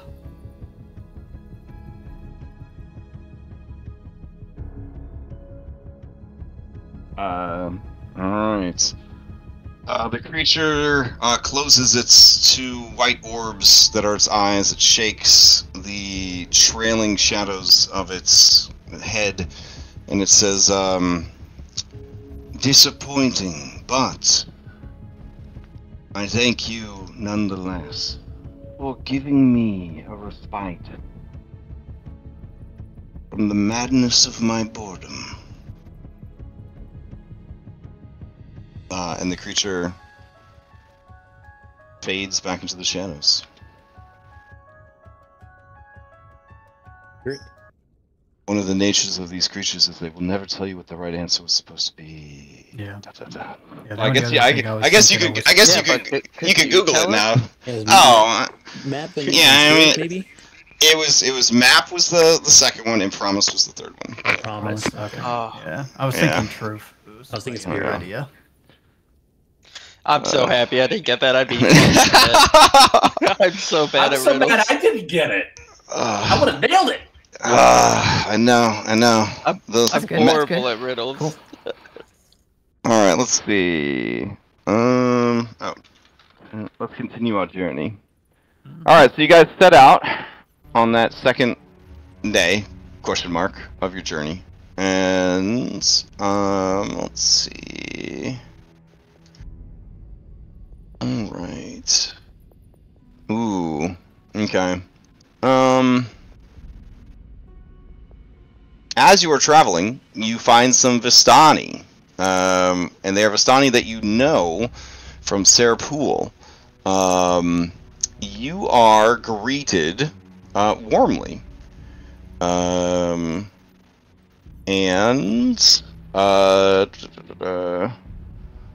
they're in a good mood, and they're definitely willing and able to help the party.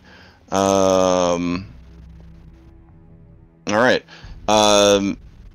You may do a roll-off for a point of inspiration to represent the help that they are willing to give. All right. We got 2 14s here. Going once. Oh, yep. 2 14s. We need a roll-off here. Roll off on the all right, Taylor. Don't the 14s just cancel each other out, and so Robin gets it. No, that's how we went to rollies. All right, fair enough. The Vistani wish you well on your journey. I guess technically you could buy and sell from them general goods if you were so inclined. Do they have another cart? Yeah, they actually would have another cart. Holy shit. Let me see. Various vehicles. Volume 3, carts. Wouldn't carts be volume 1 anyways? Yes. Nah, that's a Tonka truck, bro. Right. Let me see, where are the costs listed for these bad boys? We know what the stats are. I want to know how much they cost, baby. Let's see. Here they are. No, that's their cargo capacity, safety limits. These guys don't care about that shit.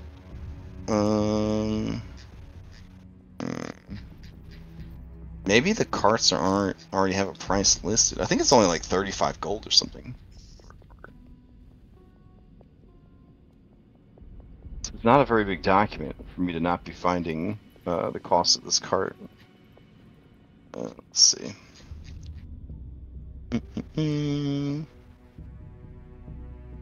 Ah, there it is. Alright.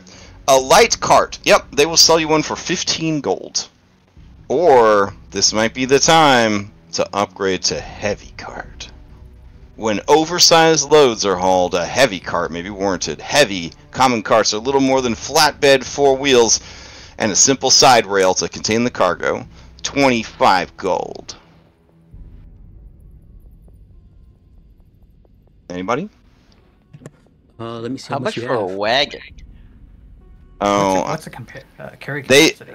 They do not want to sell any of their wagons, but they would be willing to sell. Yeah, they would be willing to sell you their lights or their heavy cart. We have 50 gold.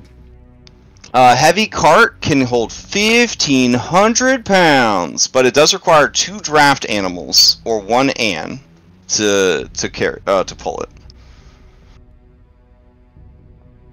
How much would they give us for the heavy cart if we gave them our other cart? Ooh, Like a trader.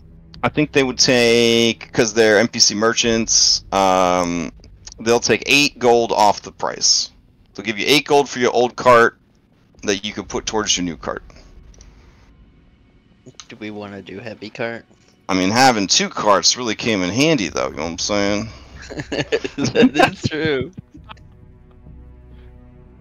I don't know what your money situation is, but... We have 50 gold. I mean, look at this fine cart. Where is? Oh my goodness! Look at that thing. It's a little stretched out. That's okay. It's a good cart. It kind of looks like a sled right now, but we wouldn't have to worry about carry weight, will we, if we get heavy? So. I mean, if we just get heavy and not even worry about the 8 gold, saving 8 gold, then we'll have 2 carts. One of them is heavy, and if one of them breaks, we're okay. Okay. Or we just stop succeeding at a cost when interacting with the cart. That's such an edge case scenario, though. You know. Yeah. All right.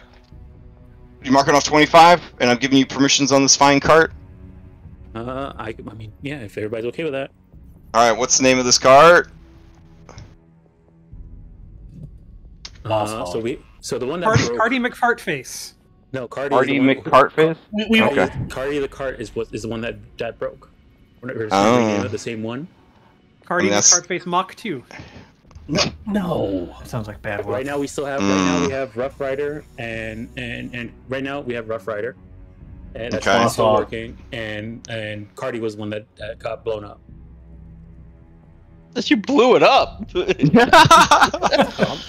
So Cardi B blown up. What? Can we call it Baba Lasagna? No. What? Oof. Well, since we don't have a. Okay. What we call it Valacart. Valacart? I like Valacart. Valacart's good. That's pretty good. Valacart. Oh man. All right. Valacart. All will be wheel well. Let's see. Okay. Alright, so everyone, you are now the proud owners of... Oh, I forgot the A. I just called it Valcart. Oh, man. Rookie stuff right here. Alright. I'm so glad I got a couple of days off coming. That's good. Alright. Owners. Save. You're the proud owners of Valacart. Cart to the gods? Question mark? Maybe. Okay, so you guys continue your journey. Let's see. And that night, as you are sleeping, everyone, give me a... Actually, Taylor would not be involved in this one, because you don't sleep. Okay. So then the remaining... Well, and then Anatoly wouldn't be involved either, because you weren't there. So, Jason Orleo, Robin, and Anne, give me a roll-off. That is who the hags come to feed on. Are we doing the... Did we do the magic circle thing today? I mean, it didn't... You have enough to do it once, So if you did it your first night outside the town, you'd be out the silver, and it wouldn't have happened that first night. So I guess the question is, would you guys have known what night to do it, or would you wait to see? I doubt we would have done it the first night.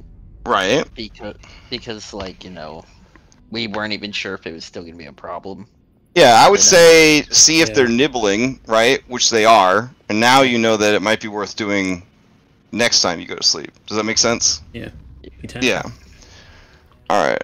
Oh yeah, D10 for hit points if you have the lowest number. You missed the A again in Battlecart.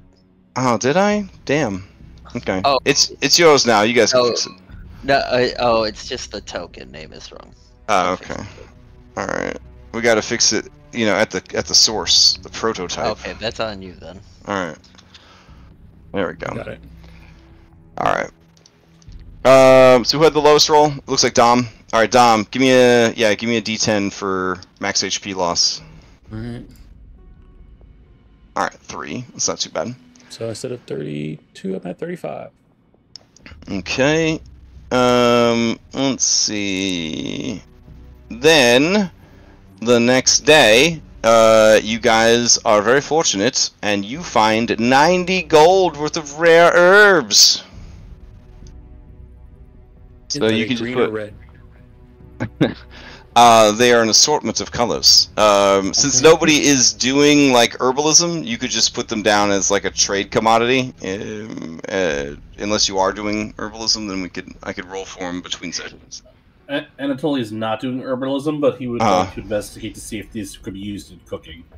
Oh, we would assume yes. Well, you know, like because herbs. But yeah, so somebody add 90 gold of rare herbs to your sheet, and then this one's very cool. As you guys get close to Berez, there is a warping of magic and time that actually speeds your travels.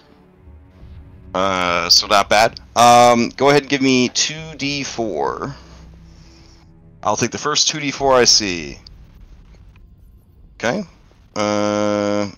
Okay. I'll take the 3 and the 2 there, so that's a total of 5. So you guys actually get there 5 hours earlier. Huge. Yeah. Alright, and that was your very eventful Celasta-style trip through Barovia. I love it. So holy shit. It's a nice change of pace from, like, the random encounters. Because, like, right now, random encounters are either going to be, I hope these monsters that we can easily handle don't critically hit us, or, oh god, we got a world boss. Like, that's pretty much your 2 flavors of encounters at the level you're at. That's why I had them switch over to fast travel at this level. Because at that point, everything should be manageable on the random encounters table, but whether or not you want to manage it is, I didn't want to force that on you guys. I wanted to give you another option. So we were traveling for 2 days, basically. Oh yeah, 2 days and change. Yeah.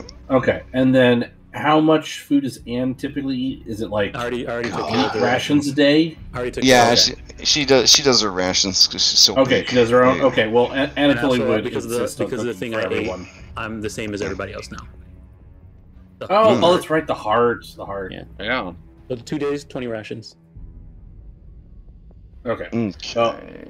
So Anatoly, I bought a bunch of extra rations because he was like, well, I gotta cook for everybody, so I'll just mark off the extra rations. Don't mark it off. I already did.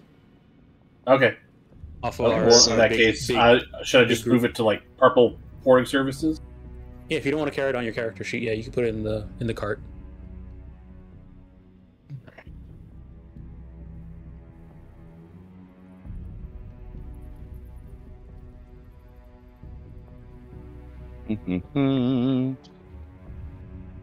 All right.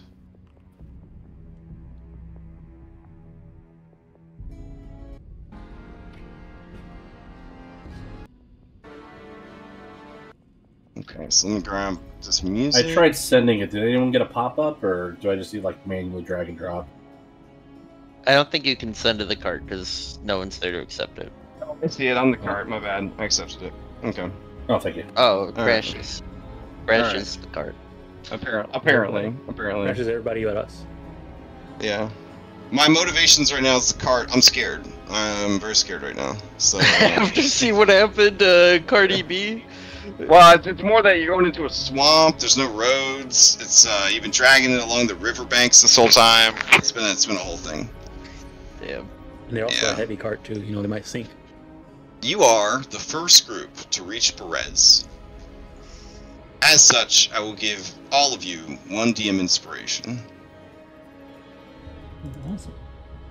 Oh wow. If I'm maxed out, can I give it to someone else? No. Sadly, you cannot. But it's nice. It's a nice place to be, though, that you are maxed out on it. Yeah, it's all thanks to the Vistani. Aw. See, then that was a very good journey for everyone. Alright, let's talk about Berez. Alright. Let's see. Oh, yeah. Dang. So, I guess the book was really big. And in the book, you guys did read about the Berez incident, yeah? The Book of Strahd? Yeah, we deciphered all of it. Okay, so I can actually read this to you. So long before Irenia Kolyana, there was a peasant from Berez named Marina. The vampire Strahd first met Marina in this small village on the shore of the Luna River. Marina bore a striking resemblance to his lost love, both in appearance and mannerisms, and became his obsession. He seduced her in the dead of night and feasted on her blood, but before she could be turned to a vampire, the burgomaster of Berez, Laszlo Ulrich, with the aid of local priests named Brother Grigor, killed Marina to save her soul from damnation. Enraged, Strahd slew the priest and the burgomaster, then used his power over the land to swell the Luna River, flooding the village and forcing the residents to flee. The land never recovered, and soon the marsh crept in and prevented villagers from ever returning to their homes. Berez has remained a haunted ruin ever since.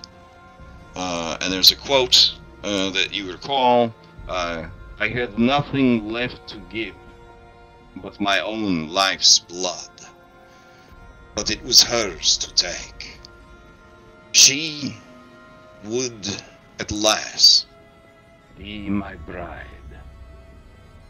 Strahd von Zarvish, from the acclaimed novel. I don't know how acclaimed it is. I think it's pretty good. I, Strahd, Memoirs of a Vampire, which you guys, if you recall, did have permission to listen to and or read if you wanted to, as a milestone for being the only group that's read the book. So, all right. So, the trail hugs the river for several miles. The grass and dirt soon turn to marsh as the trail dissolves into spongy earth, pockmarked with strands of tall reeds and pools of stagnant water. Off in the distance, you hear the croaking sounds of frogs of unusual size, or perhaps something more sinister.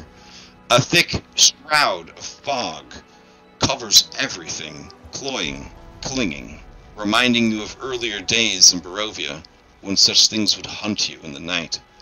Scattered throughout the marsh are old peasant cottages, their walls covered with black mildew, their roofs mostly caved in. These decrepit dwellings seem to hunker down in the mire as though they have long since given up on escaping the thick mud.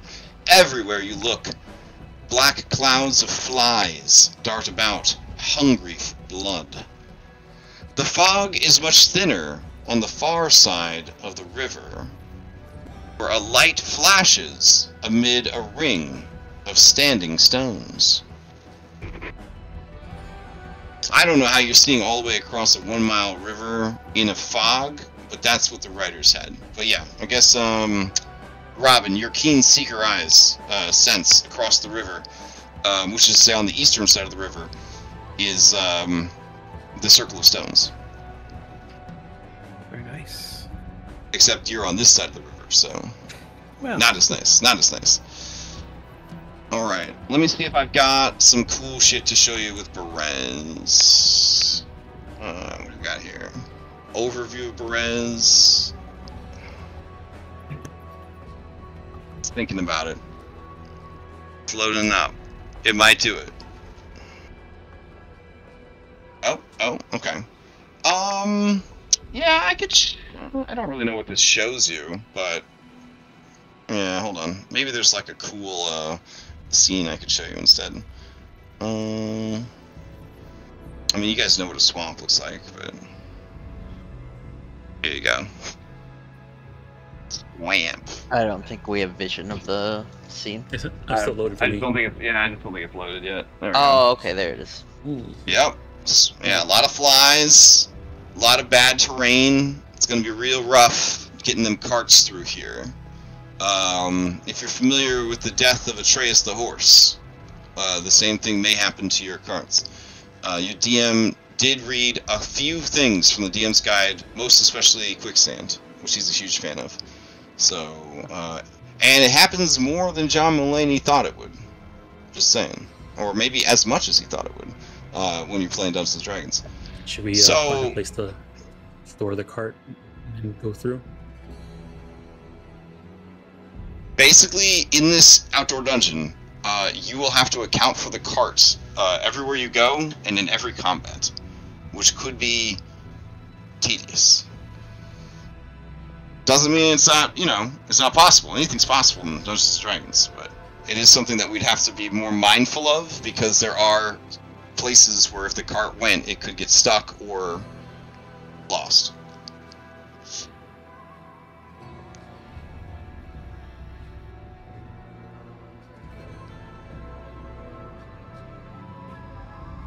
All right. We have axes. Yeah. Yeah. Okay. We've stuck. We can cut tree. Make pontoon or lever cart out. There you go. Survival. All right. So, as Has you anyone guys told Anatoly what we're doing here yet? Yeah. in the 2.5 days that you've been traveling, that probably would have been a good talk to have. Yeah. I would hope we did.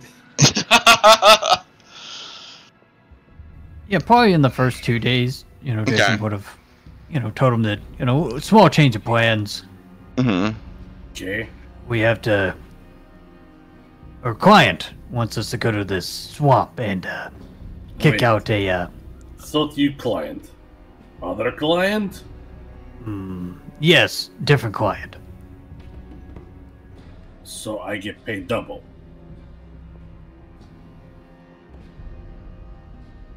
Sadly, no, the pay doesn't change. You still get first pick on any work, though. Leo, what did you promise him? Leo hasn't been around for 4 days until now.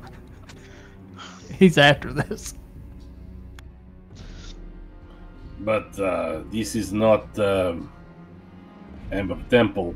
It's something else. No, swamp. Like Yes. an old village. Some sort of lady there needs to be ran off. Nice You lady? can Or give me evil a history check with advantage. Which one of us? Anatoly. Okay. With advantage. You know that they want to go to the ruins of Berez, which are big haunted, and also the territory Of the witch, sometimes called a hag, Baba Lysaga, never called Baby Lasagna. Okay. Okay. Hazard pay? You I think that probably, his response to the whole thing is like he would be asking for hazard pay. honestly, from your experience, this is like a little bit of a step down from the Amber Temple. Yeah, I still think he'd ask for hazard pay, but Oh, yeah, I yeah. get it. The swamp is a nasty place. Like, the swamp is a nasty place. For sure.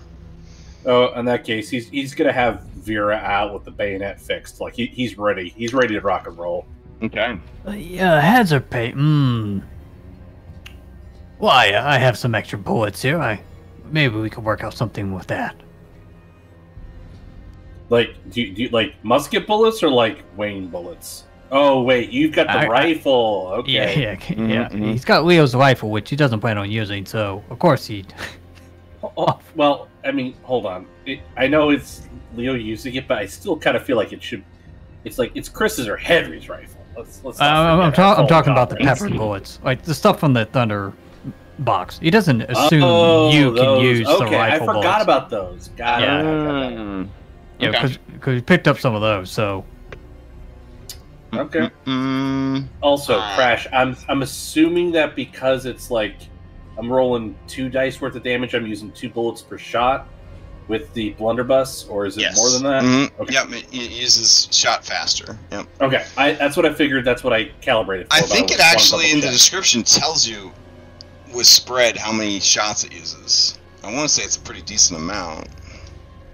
I may have to put it higher then. Yeah, let me see. Yeah, because like the Thunderbox is shooting like 5 rounds or something. Yeah, I think Blunderbuss also shoots 5 rounds. Let me see. Ammunition 30, scatter if you make an attack. Loading. It's not actually saying in this description how many. I mean, I adjusted it under details in terms of resource consumption, but I can up it. Yeah, I think it's 5. I'll up it to 5. Yeah, 5 shots at a time because of the spread. Yeah. Okay. So the question is, do you hug the river for your exploration, or do you move into the ruins proper? Trying to save for the cart in terms of getting stuck. The ruins be slightly better because they would have old roads at least to go on. What is our? What do you guys think?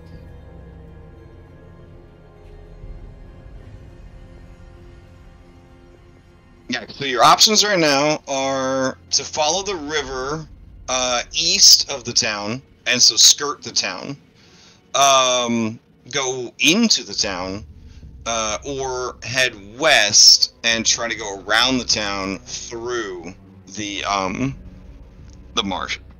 Well, where was the ritual site at? The ritual site is on the other side of the river. And how long do we have until the ritual? Oh, no. Sorry. That's not the ritual site you saw. You saw the Circle of Stones. The ritual site would be in her house. Her house is a mobile home now.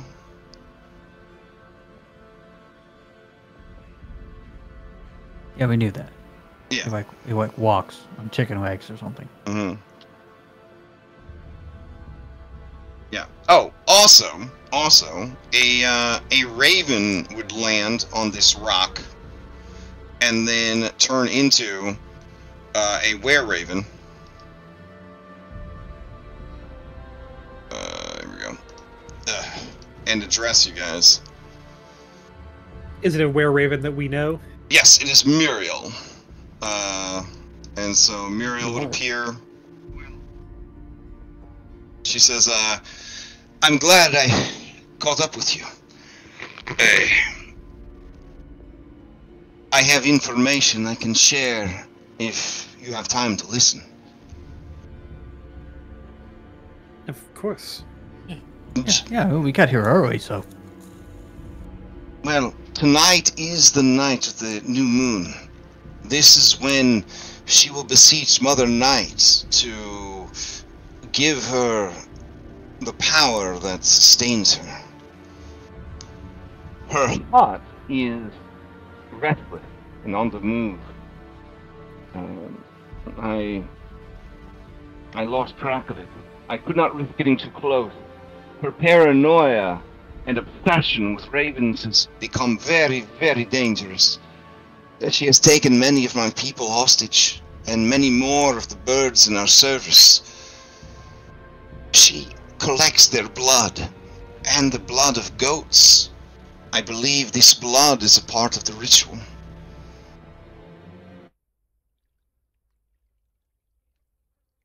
She has a creature in her service, a frog-like being. It prowls the swamps, gathering up animals and beasts to bring back to her for tonight's ritual. I feel like that's a way back call out. That frog. That's a way back call out. You guys remember that frog? Oh. Chris remembers it. Yeah. Session. We have a note on the map. Yeah, this homie. We never saw him. Yeah. Chris was the one who saw him. Oh, did Chris tell you about it? Oh, he never told you guys about it. Oh, wow. Okay. Dang. Lost. Oh, man, lost knowledge. Okay. She says that, I know that the lives of the ravens are forfeit, but it would mean a great deal to the Order if we were able to free our members who have been taken prisoner. Well, I mean, we could certainly try. Be cautious. In other parts of Barovia, the full moon is when the night is the most dangerous. But here, in Berez, on the night of the new moon, the servants of Mother Night are at the strongest. Do you have any information? Yes, Do you have any information on where the hut is? On where her house is? Like I said, it is on the move, and I have been afraid to get too close to it. I know that it will likely come here to the village to collect the ghost.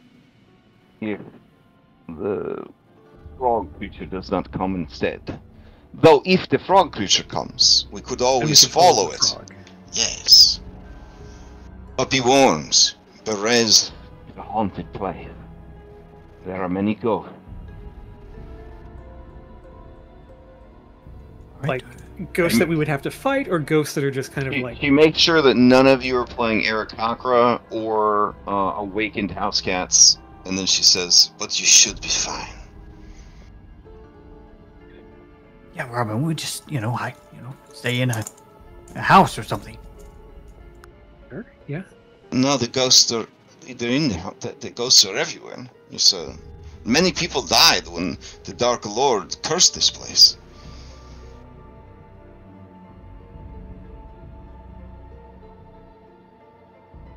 I can travel with you, if you would like. I should very much like to see that evil witch put down once and for all. Well, you might also be able to assist in helping to rescue your fellow ravens. Yeah. You should definitely join us. More the merrier. I've somehow or another left my torchbearer behind.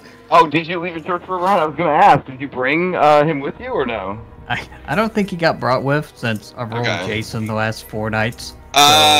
Okay. There's no way. She says, I will not carry your torch. I'm sorry. Oh, that's okay. I mean, your company's good enough, right? I should hope so. Oh, and also your skills in combat, I'm sure, will come in handy, and your knowledge. Yeah, she likes that. She likes compliments. Those are good. Yeah, keep them coming. It's good stuff. All right. What are we doing? Yeah, sounds like you guys are going into the town. Yeah, I like this plan of going to the town and waiting for either the frog or the hut. hag. Yeah, I agree with this. Go in town, hide until something comes. Sounds good. Maybe get rest. Now, I'm sure see it's how many safe, right? mosquitoes there is, Robin? The town is a safe haven, isn't it? On that note, if you could give me a d20 roll.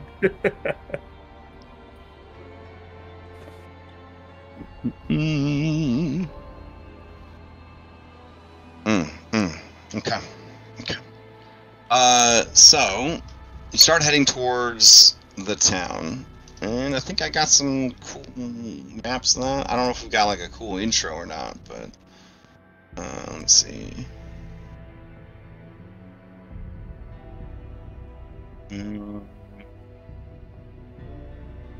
No, I guess it's just going to be Theater of the Mind at first. That's okay.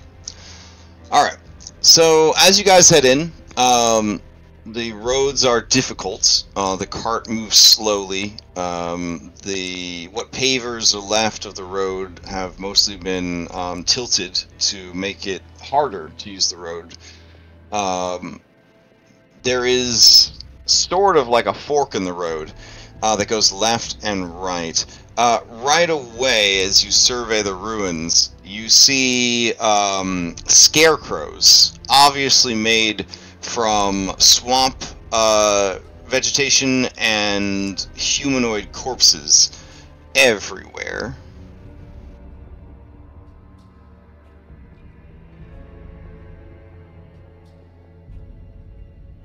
It's not good. It's not good at all. Yeah. Like, Can we investigate? Are we talking like Waste of food. Sorry, go ahead. I mean, it's not good. No, I think that when I say everywhere, yeah, let me rein in everybody's imagination. You can see about a dozen of them, either hung from nooses or mounted onto pikes, or hung in the more traditional style. There's even a cute little kid one that's like looks like it's like hiding its face in its arms. You know, like those weird people put in their front yard, and you almost crash your car when you're like, why is there a child over there? Yeah, so definitely seems to be an assortment of scarecrows, all obviously made from human remains and plant vegetation. Just sort of decorating the place like it's like Halloween Town or whatever. Like, are they watching us kind of thing, or are they immobile? Like do we get... With your perception and your party's previous experience, you get the sense that these scarecrows are watching you. Yeah. Also, your guide Muriel would say, "The scarecrows are her servants. We must be careful." Like, in a way that we should kill them? Well, if you feel strong enough, they are weak to fire. Okay, we firebomb. Alright. Will that get her attention if we do it? Like, is there any strategic reason not to? But I mean, if they're her servants, are they reporting back to her? What do you know about this? If any of them escape, they will report back to her. So if we are to engage them, we must destroy them. But they don't speak like telepathically or something. I don't think so, no. Well, if we don't destroy them now, then they're going to help her later on if we fight her here. Or they'll help the frog. Well, if she shows up and they're not there, what's going to happen? Would Anatoly how much be familiar with these scarecrows? What? Would Anatoly be familiar with these scarecrows at all? You could roll another history check to see what you... Sure, we'll see what happens. Okay. I guess the question is that we need her to do the ritual, right? If there's something here that makes it so she can't do the ritual, then why would she stop? So we have to do the ritual. Per Muriel's spying, she believes she has to because she never misses it. Okay. Yeah. Which would definitely change, which would change things, right? Like even if she gets spooked, she still has to, do the deed. Now if she has backup plan or something, who knows? Anatoly, you would know from rumors, folklore, and such that yes, it is said that she has the ability to bring scarecrows to life and make them her servants. Okay. In that case, Anatoly would put to the group. Okay. Me and do we have Leo or Jason right now? Oh, Leo. Okay. Me and Pretty Boy, we aggravate scarecrow, bring to point in city, and then you throw fireball. Yes? That's pretty thorough, yeah. I mean, Victor's down. If you can gather them up in one place, he'll definitely do it. Question: Are they, if they're alive, gathering them in one place? Are they going to just like run when you try to go after them? No, it's a numbers game. Few of us, many of them, they follow the hunter key. We'll try. Okay, all right. Outrun the bear. All right, okay, yeah, I can do this. No, not bear. Scarecrow. Same thing. Oh. No, bear, big, eat face, scarecrow. Maybe scary to a little boy. I mean, they claw your face. It like pokes you in the shoulder. So this is going to be whoever's volunteering for Team Bait. You'll have to do a couple of checks to sort of represent that you were able to round them all up like a good MMO tank and bring them to the party. All right. So not sure about this, but I'll try my best.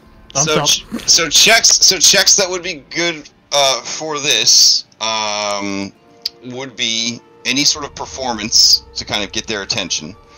Athletics to get back, right? Because you gotta run through marshland and muck and jump over things. And you will also need to be able to pass a relatively low wisdom saving throw. Because these scarecrows have a terrifying glare that causes paralysis. Oh, maybe I'm not the best person for this. And that's not meta, you wouldn't know that because Muriel's been, like, this is like her case. Do you know what I'm saying? Like, she's been studying Baby Lasagna and her shit for, like, years now. And this is not like a charm effect, this is just like a... it is a fear effect. It is a fear effect, okay. Yep. Robin is not maybe Mario should round him up. Keep in mind, two of you have, for the next 24 hours, disadvantage to your wisdom saving throws. So. And Robin has disadvantage on all dex and strength saves right now because of her torn. Now I can roll Muriel as the bait, but if she fails any of those 3 checks, they will fall upon her and kill her. Anne can do it. Okay. I don't know if Anne's gonna be. If you're too scary, yeah. We'll see. But maybe, who knows? They're trying to grab flesh and meat and things for it. Maybe getting a giant would probably be something that wants lots of meat. True. I mean, if Anne wants to eat babies, what do scarecrows want to eat? Giants, I think. They eat ravens. And I do have something that could help me with the. I think I have something that could help me with the wisdom save. Let me just check something real quick here. I look at. How many wisdom saves is it? Oh, okay. It's a frighten. So I do have. I have something. I have something I can do to prevent the frighten. Okay.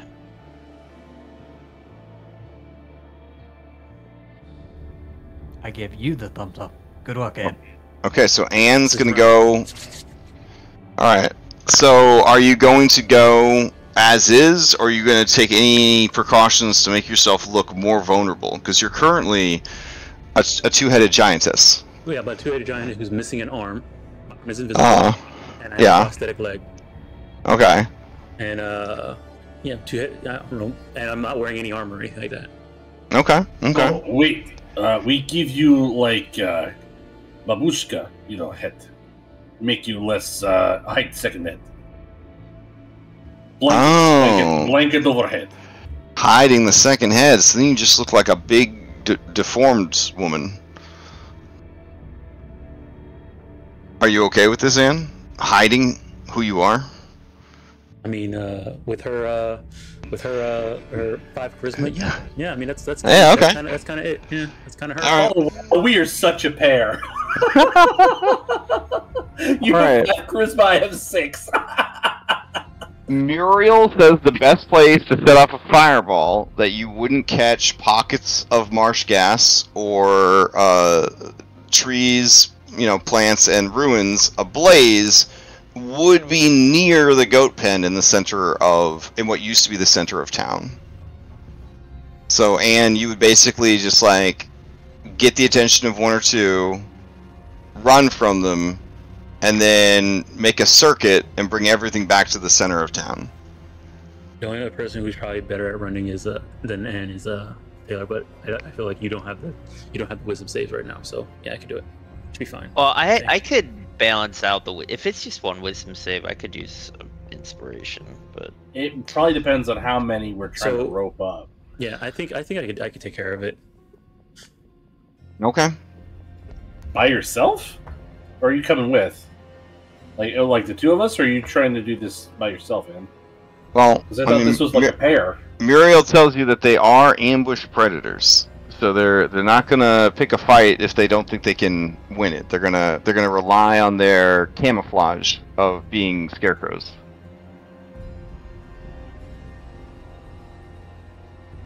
Right. The problem is the performance. I'm definitely gonna fail that.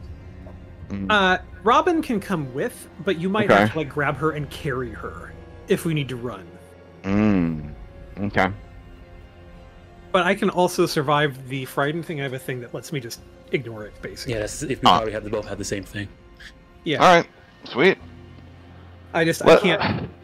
I won't succeed at athletics or dexterity type stuff. Let me see. So this. But that also means that I will look very, very gettable because I'm limping and have my torn muscles and broken. That's the stuff. Yeah, that's chef's kiss from the scarecrows. That's what they're talking about. Could you be a frightened child who's lost their family? That would be even better. Just so. If only we had brought a torchbearer with us. Right? Oh man. Anatoly gets a sad look on his face because it was like, this was my idea. I was gonna do this, and I'm getting pushed out. Look at them lovely goats. All right. I'll just sit in the corner and get my little axe ready. All right. So here's some flavor text that you unlock as you rapidly run through town, attracting people. Scarecrows. Abandoned cottages. As you approach this cluster of ruined cottages separated by low stone walls, you see a short stretch of dirt road that has remained intact. You see it because your cart is on it. Towards the south end of the village lie the remains of a mansion that was built on higher ground.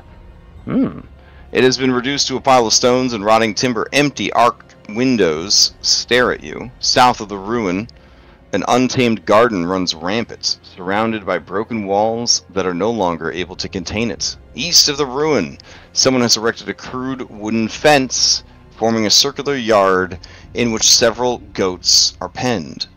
Surmounting the fence posts are human skulls.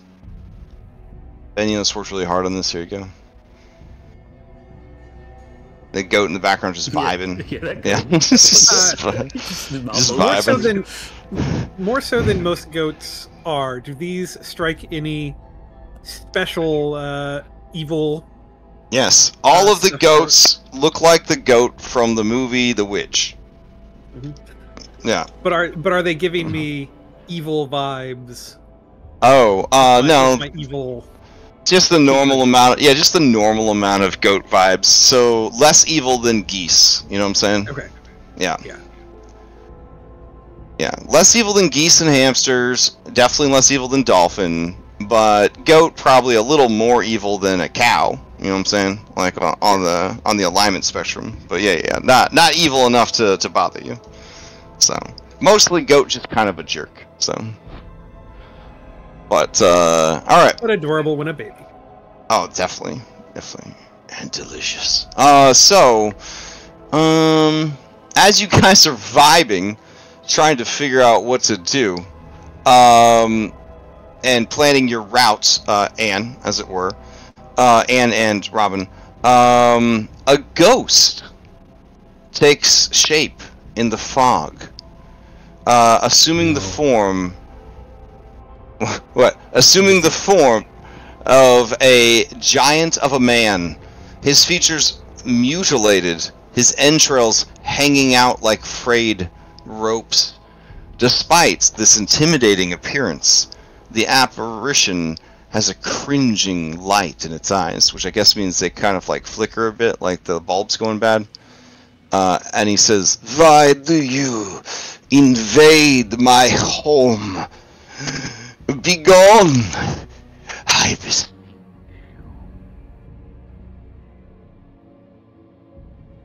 And as he beseeches you, his body is torn asunder by the mist, and he lets out a wail. And you hear the wail in front of you, but also off in the distance from the ruins of the mansion.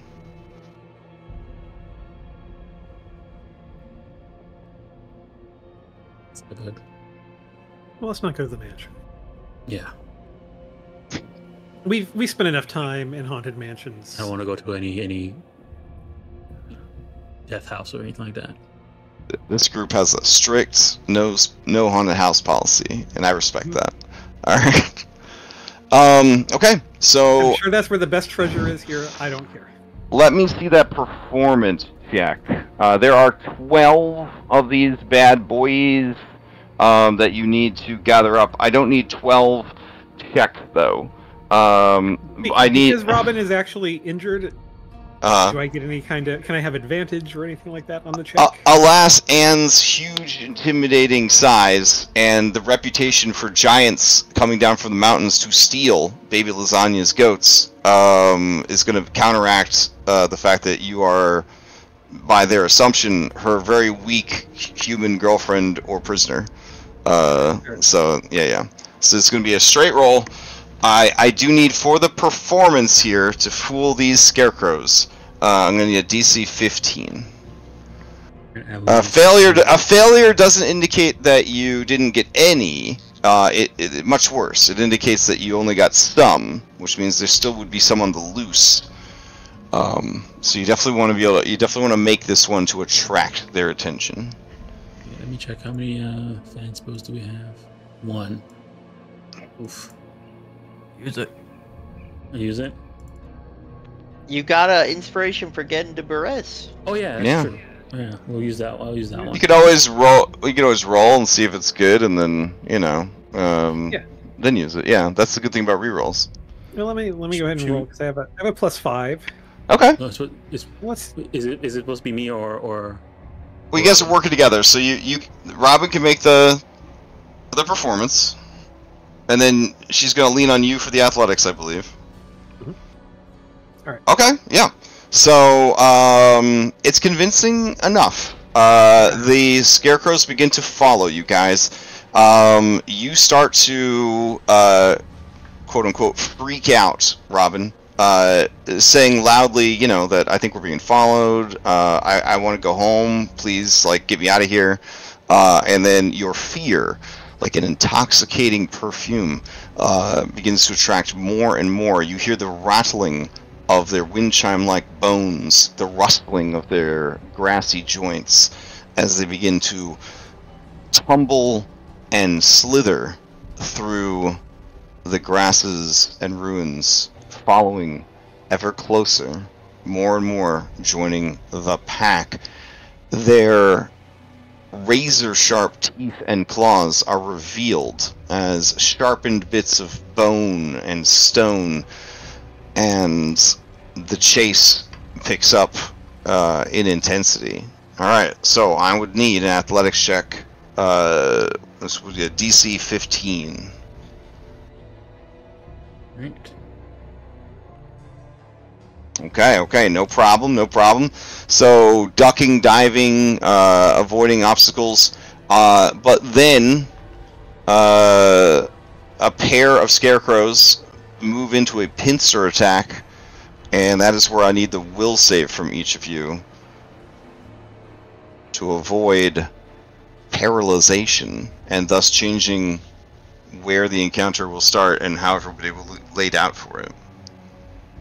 It's the fear thing, right? Yep, it's a fear-based thing. Alright, 14. That's good. Robin? Yep. Sorry. Wisdom saving throw, you said? Mm-hmm. Alright, you guys crushed it. No problem. Alright, I will go ahead and move you guys over to the Goat Pen battle map. Alright. Let me grab your folder. Active group. Do I not have the drag? Oh my god. Alright. Who we got today? Leo? Yes, Leo. Okay. Purple. Victor. Oh. I changed the art out for Victor because that Victor was like cool and all, but he also like he's like a kid still. He's like kind of young, so I felt like it was looked too old. So I like swapped out for this Victor. This Victor's seen some shit. This is good Victor art. This is Yeah. this is Barovian Paul Atreides. Let's see. And then pop. Alright, I think that's everybody, and then you guys got Muriel. Alright. Who is currently in Were-Raven form. Alright, so I would assume that the ladies are bringing the Creatures from the south, which is for some reason the left side of your monitor for this map. and you guys are kind of chilling over here in the north, trying not to be seen. Here's the spooky ruin. So I hope you're over there with Robin then, right? Over here to the south. This is the start of the Baron's, the Burgomaster's haunted house. If you're interested in such things, but I don't think you are. All right, and then you guys have a pack of scarecrows following you. And let's see, do they work? Yeah, they work. Cool. It's kind of adorable because, like, at low level, which when I played this game, we came here at level 3. Oh, they probably stomped you. Yeah, it was not a good time. But for you guys, 1, 2, 3, 4, 5, 6, 7, 8, 9, 10, 11, 12. Yeah. 3, 3, 3, 3. Okay.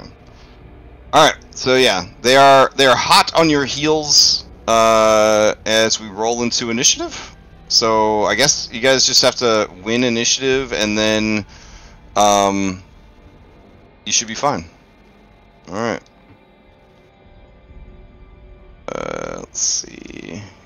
Grab everybody. Roll into initiative. Roll all NPCs. Alright, we got an 18 off the scarecrows, but that ain't gonna be enough. Muriel has got 24, so you guys should be okay for this.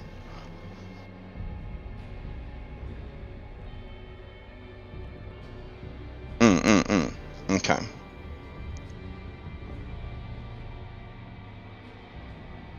Why don't I just use everybody have green and then use red if you're gone?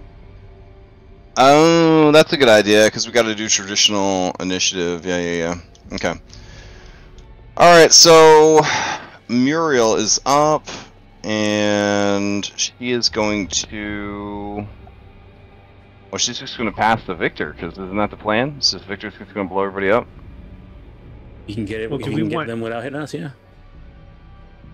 Yeah, okay. Just one fireball from the staff, right? Mm-hmm. Okay.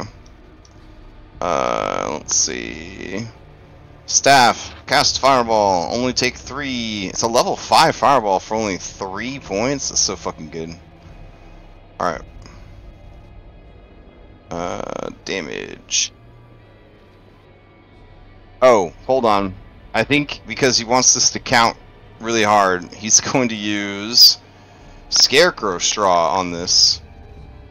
Oh, perfect. Which will add 1d6 extra damage. Alright. Which you guys collected 1 million years ago, remember? Mm-hmm. Alright, so let's see. I thought I hit the damage button. Oh, here we go. Situational bonus plus 1d6. And roll it. Victor. 34 damage off of 11d6 sun. It's better than a Pathfinder Fireball, that's for sure. Okay. So, they don't have, I believe, evasion. They are weak to fire. Let's see what happens. Alright. I'm just double checking. Yeah. I think you might have just toasted all of them. Here's the saves. Oh my god! That was horrible! One of them passed. That was horrible! What the hell? So 1, 2, That's some pretty low numbers. Is that how fast it rolls when it doesn't have to roll 3D dice? Like, oh my god, it's like a machine gun. Okay. Anyways, the ones that passed, they would take half damage, but then that damage would be doubled. Okay, so it only looks like Uncharted. Yeah. Yeah, right. Just dissimilar. I'm just checking to see if they, God forbid, were given a ton of hit points. You guys have the action economy here. You know what? Fuck it. Yeah, they are just incinerated. They're just blowed up. Because of the highest HP they have, they would survive. Oh no, they would survive in steel. Yeah. No. Okay. Yeah, because some of them actually do have a decent amount of hit points. All right. So greedy. Where are you? Holy greedy. There we go. Dissimilar. And Uncharted. Nathan Drake. All right. Those are the only 3 that made it, right? So the others are completely incinerated. Like they don't exist anymore. All right. So these 3 would take half of this damage. Because of the weakness. Yeah. I think it'll just auto-calculate it for me. Let's see what happens. Half damage. And apply. Oh, roll injuries for them. Sure. Okay. Heat exhaustion. It's immune to exhaustion. Alright. 2nd degree burns. While in initiative, you take 1 fire damage per 5 feet of movement. That would actually be pretty helpful. No. Okay. Alright, we'll apply that. That one will just die running away. Yeah, it's just running away. That's cool.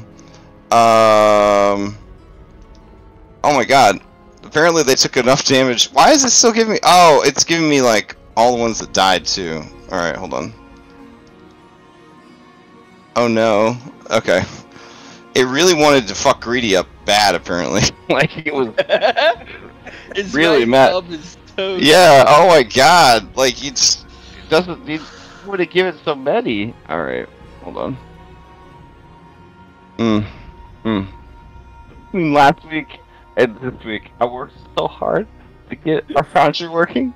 I mean, And then it all broke again. I mean, I don't know if I can... Anyways, I will say it's pretty cool that this is happening. Just not now. It's We should do it. Yeah. Work, right? Yeah. So dissimilar would try to run away and it would just burn up. It would just as it steals and runs away. Unless you guys want to spend points to try and steal. But that's who would go next. Is they're gonna run away and try to steal. We can't let them get away from us. Yeah, we can't let them get away. All right. They mathematically can't get away from us. I don't think they're very fast. Well, rude, but yeah, I mean, they got a 30-foot speed. Like you could, We can I think- Taylor and Nan- Yeah. but Taylor's faster. Yeah, Taylor and Ann would be able to catch them. So, so yeah, we'll say that they might try to complicate things by running into the haunted house, though. That's that's what I'm saying. We can't have them run away. Okay. Do you want to steal? You're right there. Yeah, I'll spend my inspiration to the one I got here to steal. Okay. So Ann's up. Mhm. I think I still have a status effect called activated. Maybe. I'm just gonna put red. Okay. Just moves up. Move up to here. 35. So she gets it within range of both of them. Take out Great Axe. And we'll back one. Oh, missed. Oh, I didn't say reckless at the first. So. Okay. Right. Oh, so here's a possible complication. Only a flesh wound. Oh no. Okay. So one of them apparently threw himself down in the muck. We'll say over what here? Mm-hmm. Yeah. So this guy threw himself down in the muck, and somehow is not actually killed. But I will say that he's definitely prone. Second attack. All right.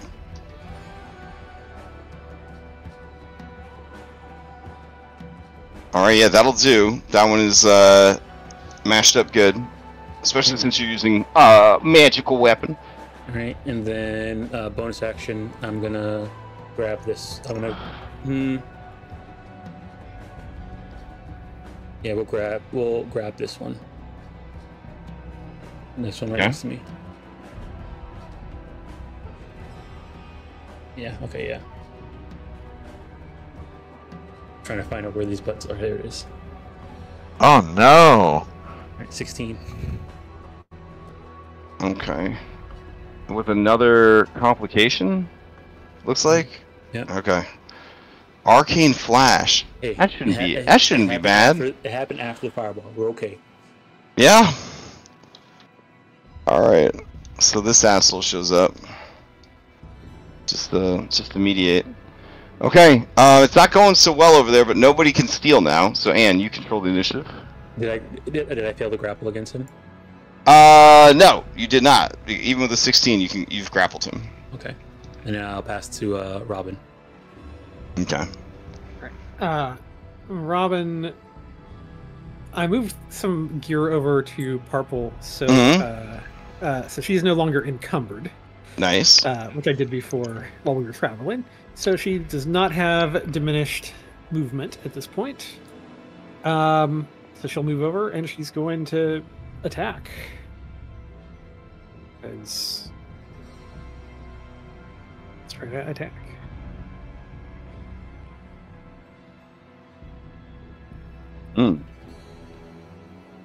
Since Okay. he's brown. Yeah. This is 22, and Oh yeah. no, this guy is prone. This is the one that dived into the water to somehow survive the fireball, etc., etc. All right. So as you slice into him for 7, he is still going. 15 hit. 15 hits. And 9 more damage. Alright. Seemingly Scarecrow is still lingering there. Near Alright, death. I will... Let me see if I can...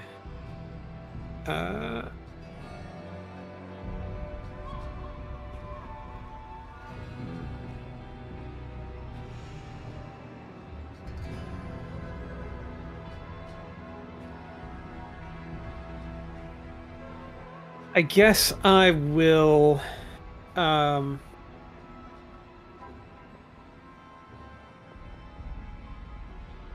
You know, I'll just throw a... whichever one of my calls it is, my Warden's Mark on him. Is that the one? No. My Warden's Grasp. Moving? Yeah, where you can't move without taking the action. Okay. That on him as a bonus action. Sounds good. And that'll basically, I think, be my turn. Alright. And I'm sure he'll steal at this point. Yes, the creature will steal, and realizing that it cannot flee, it is just going to fight. So that's what it will do. Let's see. It will use its multi-attack or its terrifying glare. Nah, It'll just blast that too, since its glare didn't work when it was chasing you guys down. Since you bamboozled it. Alright, here we go. First attack. Second attack. If it's still prone, does it have disadvantage? Oh, my bad. Yeah, it would stand up for prone. This isn't Pathfinder. Yeah. Okay. There's no penalty for standing up for prone. Well, Yeah. the 19 will hit then. Alright, 19 hits for 5 points of damage. Yeah, and now you have to make another wisdom saving throw. Will become frightened, but not paralyzed frightened, just regular frightened. What do I need to get on it? It should. Does no? I rolled for him. Hold on. Do you see a button in his attack that says like saving throw? Oh, I do. Yes. Yeah. Okay, so unless you have advantage, you are afeared. Well, so I have. If I fail, I'm going to just use my shrug it off maneuver. Oh. Okay. All right. Fair enough. And then the creature, I guess, will. Now it will try to flee. So you may make an attack against it. I can't unless it uses its. Unless it used. Oh, you're right. Never mind. Yeah. When the creature is, it tries to flee, it is compelled by your fighting spirit to stay, and it turns and looks at you, cocking its head, yeah, I guess it will stick around. It's gonna pass to its homie over here, who is grappled by Anne. So Uncharted Scarecrow is up. And let's see.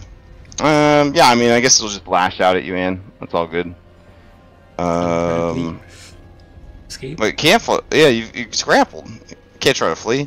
But if it kills you, then it could flee. Right. That's its goal. All right, here we go. Target Anne and claw, and it misses on both, and that's its turn. All right. At this point, you guys have the action economy to kill them. So they were just seeing if they would be able to escape into the haunted ruins. Yeah. Or get a crit and gives an injury. Yeah. So at this point, if you guys are okay with it, we can end combat as you guys gun them down / tear them to pieces. Does that work for everybody? That is fine. Yep. I'm sure Taylor runs over and. Okay.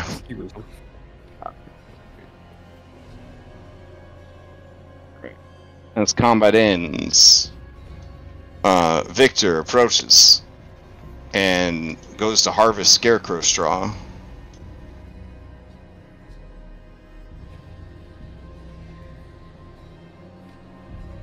He eyes the force elemental warily, nervous, his butthole clenched.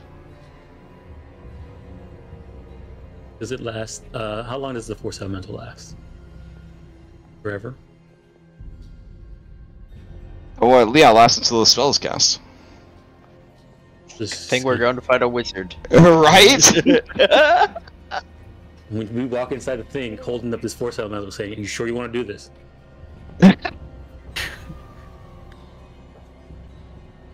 That is one way to do it, yeah. Alright. So he piles up some scarecrow straw. Excellent. Alright. What now? Well, Find I a think place we to hide. just, hide around here and wait and see who shows up for the goats. Well, she said it's supposed to come for the goat, so I'm not sure about that house. It seemed very haunted. Yeah, it's pretty haunted house. Kind of reminded me of the first house we went to.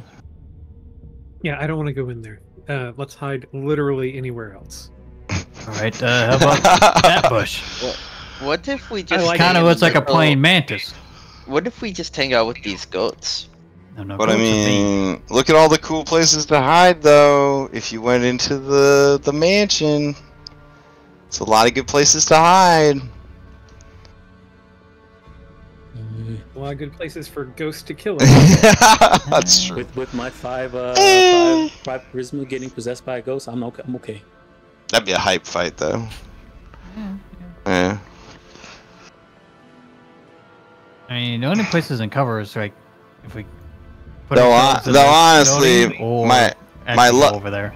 My to the luck tower. for controlling PCs hasn't been great this week, so it probably would just be a lame fight. Gonna have to turn around at some point and crash. Yeah, you keep rolling the dice. Yeah. Well, I wasn't rolling that. I don't know. That's probably why. Yeah. I Someone will. say you're due. Yeah. When you play as a PC, they just crit all day. Oof. Yeah. Jason did fine in that Avi fight. Yeah, right. Man, I should like rent myself out to play for people in other games that can't make it. I'll just roll up into like Soggy. I'll be like, "Hey, Ark, I'm just here to ruin your game." Just drop 20s all night. We already crit all the bosses. Oh, really? Oh, damn. It's really. Yeah, most a lot of debuffs in like 2 rounds. Ugh. Well, I can't all be Abomination Vault bosses. Thank God. It might change this weekend. Yeah. Alright, so you don't want to hide in the ruins, you're just going to hide in the nearby bushes and such. Okay. Or, hear me out, if you are worried there's too many ghosts in the mansion, have you considered hiding in the graveyard? Absolutely not. I mean, the graveyard was safe the last time we went to one. I mean... in Barovia Village. So, through the fog, you see the empty shell of an old stone church, north of which is a cemetery of leaning gravestones enclosed by a disintegrating iron fence. Half of the cemetery has already sunk into the mire. Here and there, you see rotted coffins and moldy bones floating in the brackish waters of the marsh.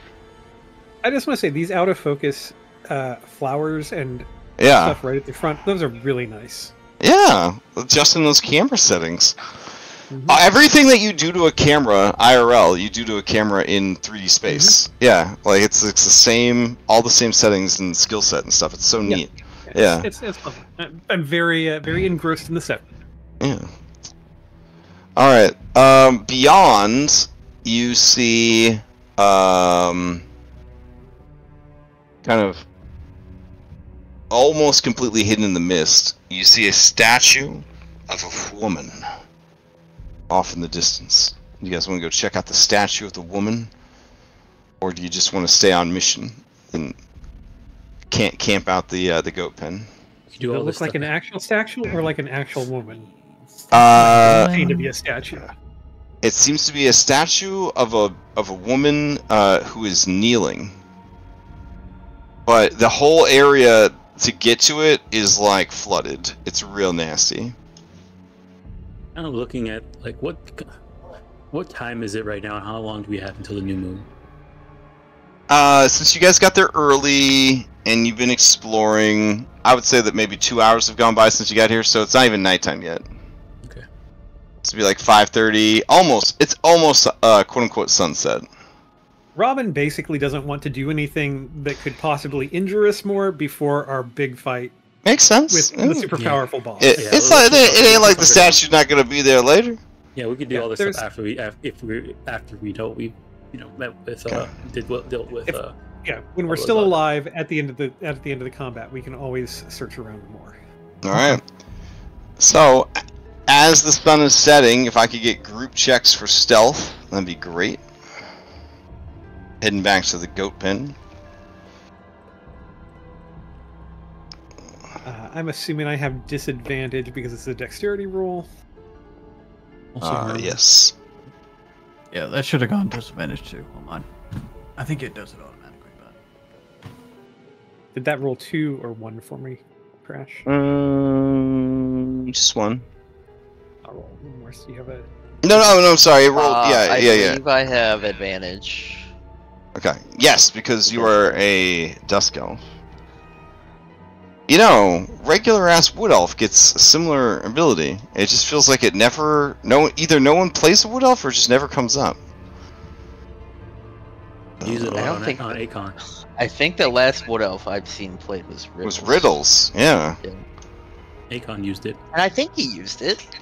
Akon used it? Well, yeah, Akon that's doesn't true. count. He counts. He counts. It was like D&D. Dude, Akon did not look like a wood elf, bro. What? What's that supposed to mean? You saying Halson didn't look like a wood elf either? They could have big boys. Yeah, They're loud. Look how stealthy he was standing next to that bed, you know?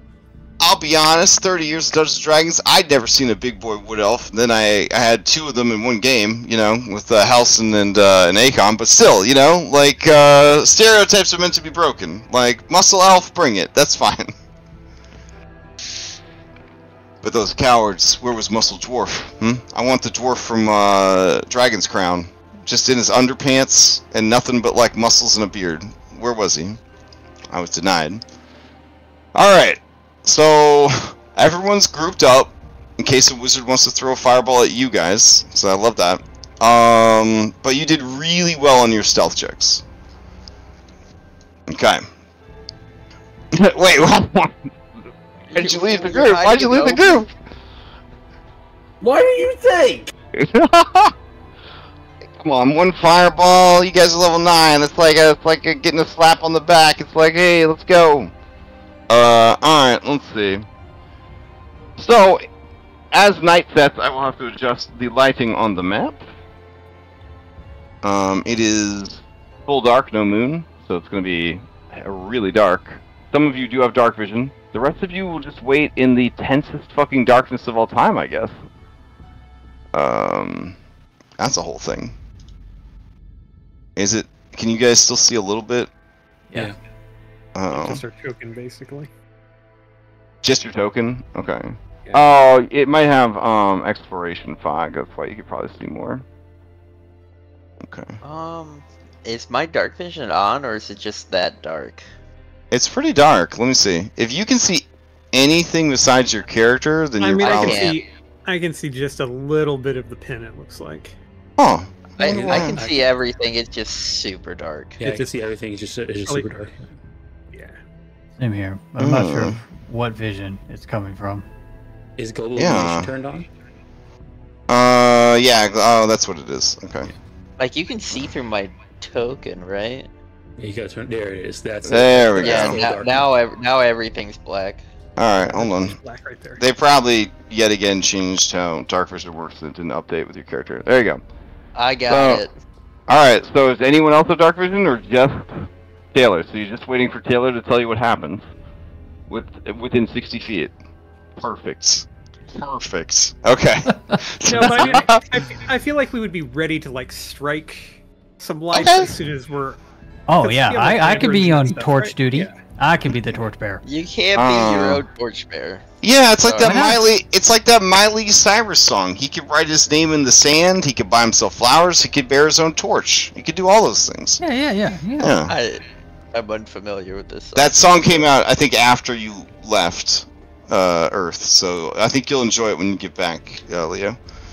All right. Anyways, a frog hops over the fence. The goats are like, "Oh shit!" Oh, you guys don't speak goat though. This isn't Odyssey Prime. And the goats just start bleeding. And they start running away. Wait, Odyssey Prime doesn't speak goat? 2.5 years of having to roleplay every animal in the entire world. Real quick. I was Larian Studios for many years. Real quick. Was the plan to follow the frog or jump? I think we were jumping the frog, right? No, I think we were gonna follow because he's gonna go back to the. We don't know where the hut is. Oh god, this is gonna be hard when we're all blind. How are we gonna follow the frog? No, I mean as I said, the plan was. Taylor can see at night. Anyways, he starts grabbing goats, and he's just like, and he's just like grabbing the goats. He's throwing them in his sack. I whisper it in Anne's ear. Alright, this grabbing goats. This goat's heavy, so it's taking him a little while to put it in the bag. You're closest. Oh, Robin was closest to you. This goat, he read the Billy Goat's gruff. He ain't taking this shit. He's gonna go for it. He attacks. And he misses. And then the creature. The frog is fighting the goat's hand. What do you want me to do about it? I can't see anything. Alright. What do you want me to do about it? Alright, and then he eats the goat. Should I follow him? Then he eats the goat. I'll follow him, and I'll tell you where he goes. After about 20 seconds or so, he barfs the dead goat into the bag with the live goats. They begin to scream wildly, and he donkey punches one of them. And then this goat, he's just staring off into the distance. This goat, it seems to know you're there, you guys, and it's screaming at you. And if you could speak animals, it'd be really heart-wrenching what it's saying. Does anybody do anything to help the goat? Just let it happen? Alright, the goat stares you down, Taylor. Like, how could you do this? As it gets doggy punched in the back of the head. The goat sees a horrified face.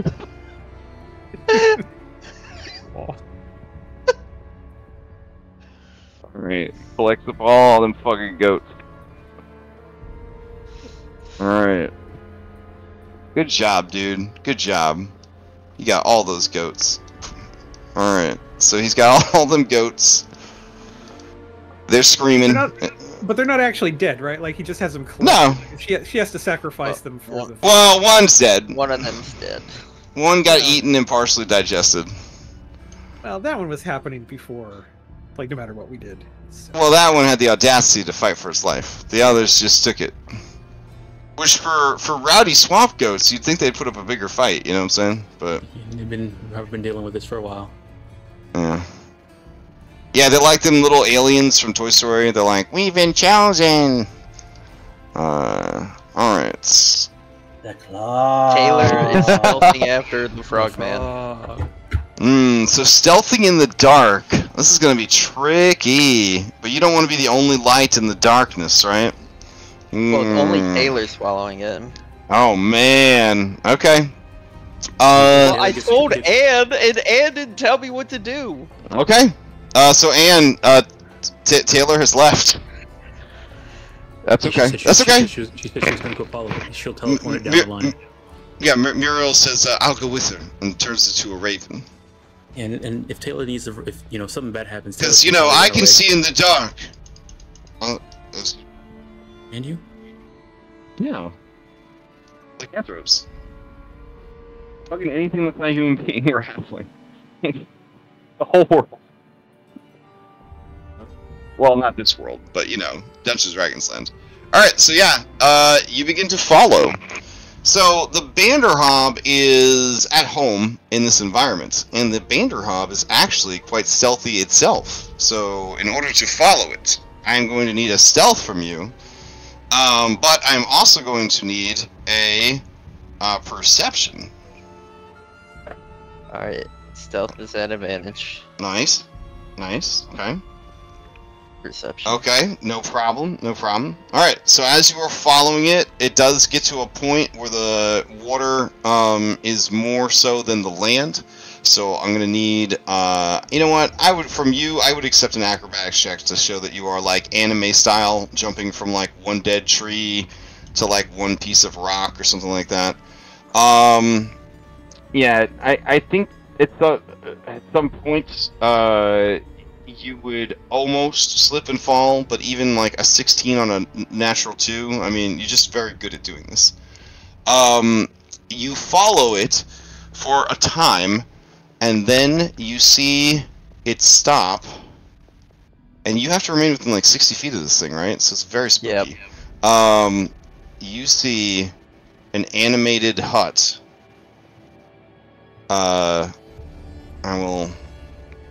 I will show you the beautiful scene that has been constructed for us.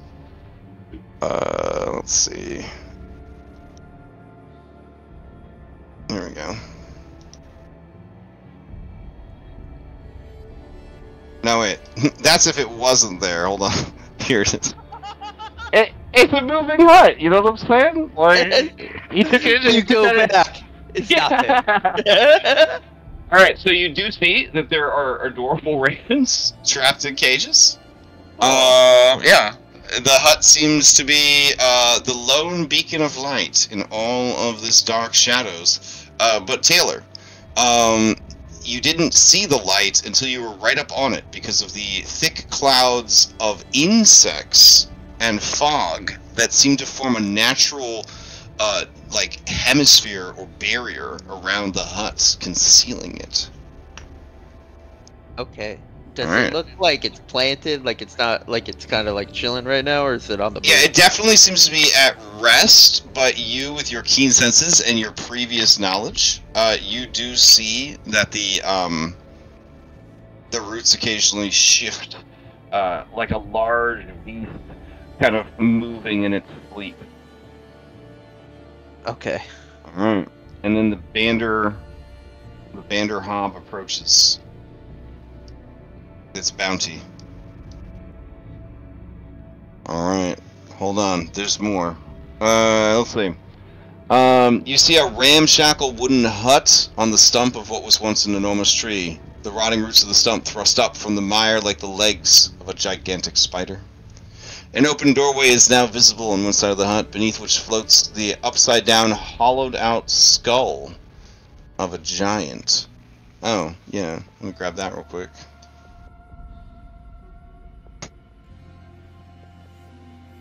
That's right. She's got her own fucking Dr. Wily car. Oh my god. Yeah, this bitch travel in style. Hey, she ain't flying around on no lily pad with a 15-foot speed, you know what I'm saying? Anyways, so what else is there? Open doorway. So flanking the hut's doorway are iron cages that dangle like hideous ornaments from the eaves. Scores of ravens are trapped in each one. They squawk and flutter their wings excitedly as you approach. And probably isn't excited. It's probably scared because the Bandersnatch is there. So yeah, the Bandersnatch, you can like jump up, and then from inside, you hear a voice say, "There you are. You brought the goats. And that is good. Tonight, I will once again swear myself, Mother Night, that my service to Strahd may continue." And you just hear, and then the goats, and then they're one of the loudest goats bleeding. You hear like a, and then like you hear like a spatter of blood, and then you hear like an evil witch cackle from inside the hut. And that seems like a good place for us to end.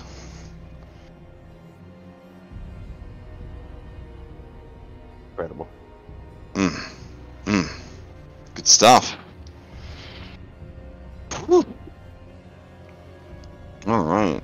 Yeah, I'm really happy that we're using these maps for like this location, especially because I feel like he did a really good job with these. So these are really solid. Yeah. He's even got an animated miniature of the house. So oh my god! It's very cool. Sometimes he makes his own miniatures too. It's really cool. I am ready to play the 1996 adventure game version of Curse of Strahd. Oh, absolutely. Yeah. Let's make that happen. I mean, they were working on it at WotC, and then they fired everybody. Yeah. Yeah. Let's see. Exactly. Ah, I used to love those. My favorite one was Quest for Glory. Quest for Glory. Oh, so good. Oh my god. I would totally replay that whole series again. They probably have it on Good Old Games or something. They do. I won the 5th one from like a little contest that. Oh, I love that. Oh my god. Yeah. Like I got to talk really briefly to the Coles online because I won it and stuff. Like it was very cool. There was a weird overlap with my hobbies because I just loved that series, and it was originally called Hero Quest, and then my other series that I loved as a child, Hero Quest by Milton Bradley, sued them for the rights to the name Hero Quest, so they had to change the game to be Quest for Glory instead of Hero Quest. But originally it was called Hero Quest. Yeah. Anyways, good job, guys. You're the first group to go to Berez. You will probably, like the survivors, will be the first ones to acquire all 3 stones. So that's exciting. And I'm happy that you guys have like some focus, and yeah, this is good. This is good shit. Once this is out of the way, you know, you just go get the spear, and then you could hit up any sightseeing stuff on the way back. So I think we're leaving off in a really good place. It doesn't look like it, but I think this is a good place. I think you're heading in the right direction. Yeah. Yeah. I'm ready to get Wall of Thorn. this is a wizard. So you're gonna get wizard stuff. But yeah, it's gonna be. We are gonna get fireballed for a change. Wall of Force. Yeah, it's gonna be pretty rowdy. It's gonna be a pretty rowdy fight. Well, I've got my druid craft ready to fight that. Yeah. Don't forget Leo's +4, guys. Does that staff come with counterspell? Unfortunately, it does not. It does not. That staff has just about everything else in there, though. She's gonna really appreciate the staff if she wins. Yeah. Insolence, Exanther's staff of power. First spell, Wild Magic Surge, Anti-Magic Zone. Oh man. Only we're that lucky. No, it's probably like polymorphed into chickens or something. We should probably put Force Elemental down so we remember for next week. There you go. He's chilling with the homeboys. There it goes. I love that we had to make him a miniature because he got summoned so much back in the day when we would use the Nord Games fumble cards and critical hit cards. And one of the fumbles for spellcasting was you summoned an elemental of the type of magic you were using. And everybody was, of course, always using like magic missiles. So it was like... or something that was causing the Eldritch Blast. Eldritch Blast, that's what it was. Yep. So this thing was always being summoned by Eldritch Blast. Oh my god. Yeah, because every time you fire like 3 at once at higher levels, so you're really like just cranking them out there. Yeah. This guy got a lot of action back in the day. A lot of action. Good times. All right. Well, good game, guys. There are so many great video games out right now. Like, what a time to be alive. So I hope everybody has a great weekend playing those games. If you're looking for people to play games with, it just warms my heart. Like, every time I look at our server, there's a group of people playing games together. Sometimes more than one group of people playing games together. So that's really awesome. Announcement-wise, even though I'm taking a sort of staycation next week, I am not canceling any games. So all of our game schedule is going to be normal. And then, yeah, I don't know. When the Curse of Strahd games end, I'm going to run Crown of the Kobold King, which is a level 1 to 7 1 to 6 Pathfinder adventure. But I could not just run a vanilla Crown of the Kobold King. I'm running all Kobolds Kobold King, which is apparently a variant suggested by the writer. So, I think I'm gonna lean into that. So it's gonna be a clan of kobolds. Yeah, they have been displaced from their homeland, and they have come to Falcon's Hollow. Because they heard the humans here were the scum of the galaxy, as it were, and would definitely take in these kobolds. But part of being scum of the galaxy is being super racist, and they're also dealing with kobold problems at home. So they come to this politically charged area where there's already a tribe of kobolds causing trouble, and so now the human town is a second dungeon. So you have the town, which is a dungeon, and then you have the dungeon where the rival kobold clan lives. And of course, you are raising a baby dragon. Oh my god, you're ridiculous. So it can rise to power. Yeah, it's going to be amazing. It's going to be amazing. So that's what I'll be running in the Curse of Strahd spots. So it might be a fun diversion, since it's only like level 1 to 6 or 1 to 7 or whatever, and it's relatively small in my opinion. I think it's just two small-sized dungeons, the town and the dungeon itself. So yeah, if you're interested in something like that after this game is over, I don't know what you guys are going to get up to, but from what I heard today, all you got to do is get this rock, get a stick, go to 3 places with fast travel, and then you're ready to beat the game. That's what it sounds like to me. Yeah. Yeah. I mean, we're in easy mode now. I mean, in a way, you're definitely headed towards an ending. You know what I'm saying? So, like, if you guys are okay with that, I mean, yeah, you guys are the only group that's kind of locked in a path to completion. I'm really impressed. Sometimes hearts and minds change, but if you stay the course, you'll definitely be the first group to reach the finish line. Maybe the only group to reach the finish line. I don't know. We'll have to see. But anyways, that's why I felt like I should mention the Kobold King, because this game could be over relatively soon. And then in that spot, I will run Kobold King. I am still working on Pathfinder Kingmaker.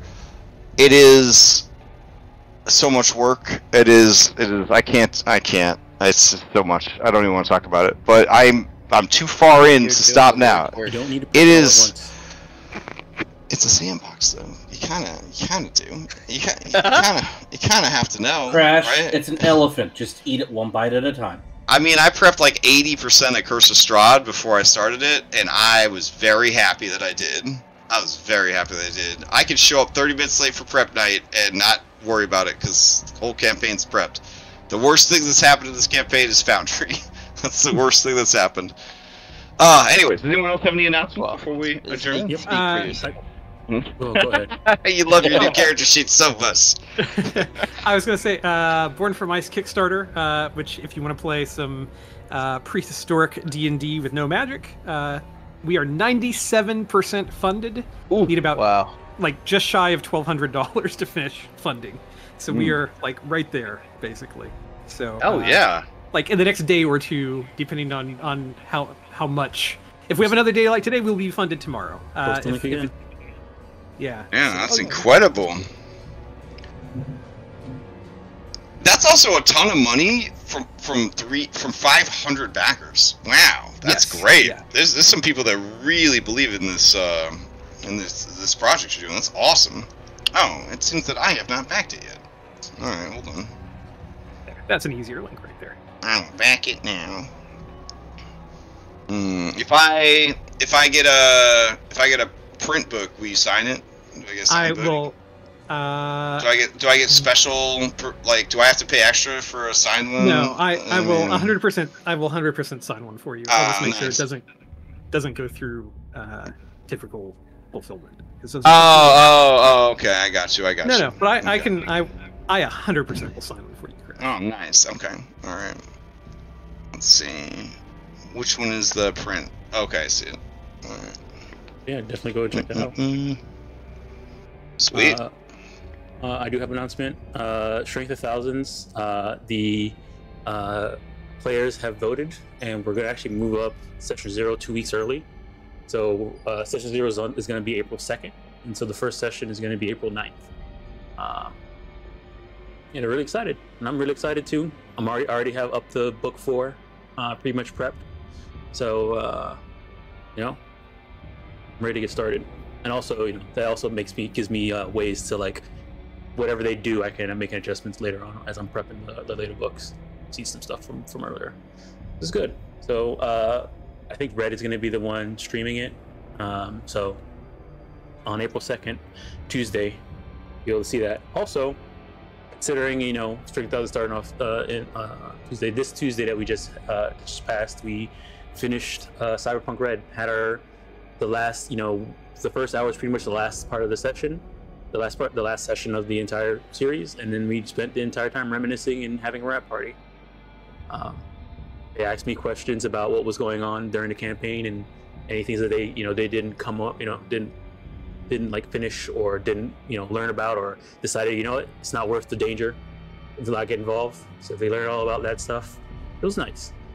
I really like Cyberpunk. And I'm looking forward to when the mission kit for 2077 comes out, because I'm definitely going to run that once that comes out.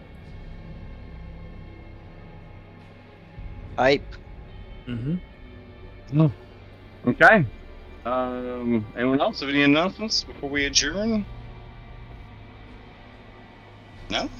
Okay. In that case, I hope everybody has a good weekend, and we'll continue this next week. Alrighty. Get some good rest, Crash. Yeah, I'm thinking about it. With your time off. Yeah, sounds good. Alrighty. Starts tomorrow. It starts now, actually. It starts now. So. Yeah. All right.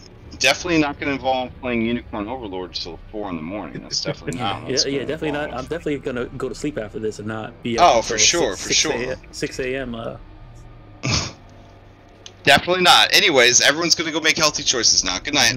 All right, Good night, everyone. Take care, stream. Can't unicorn.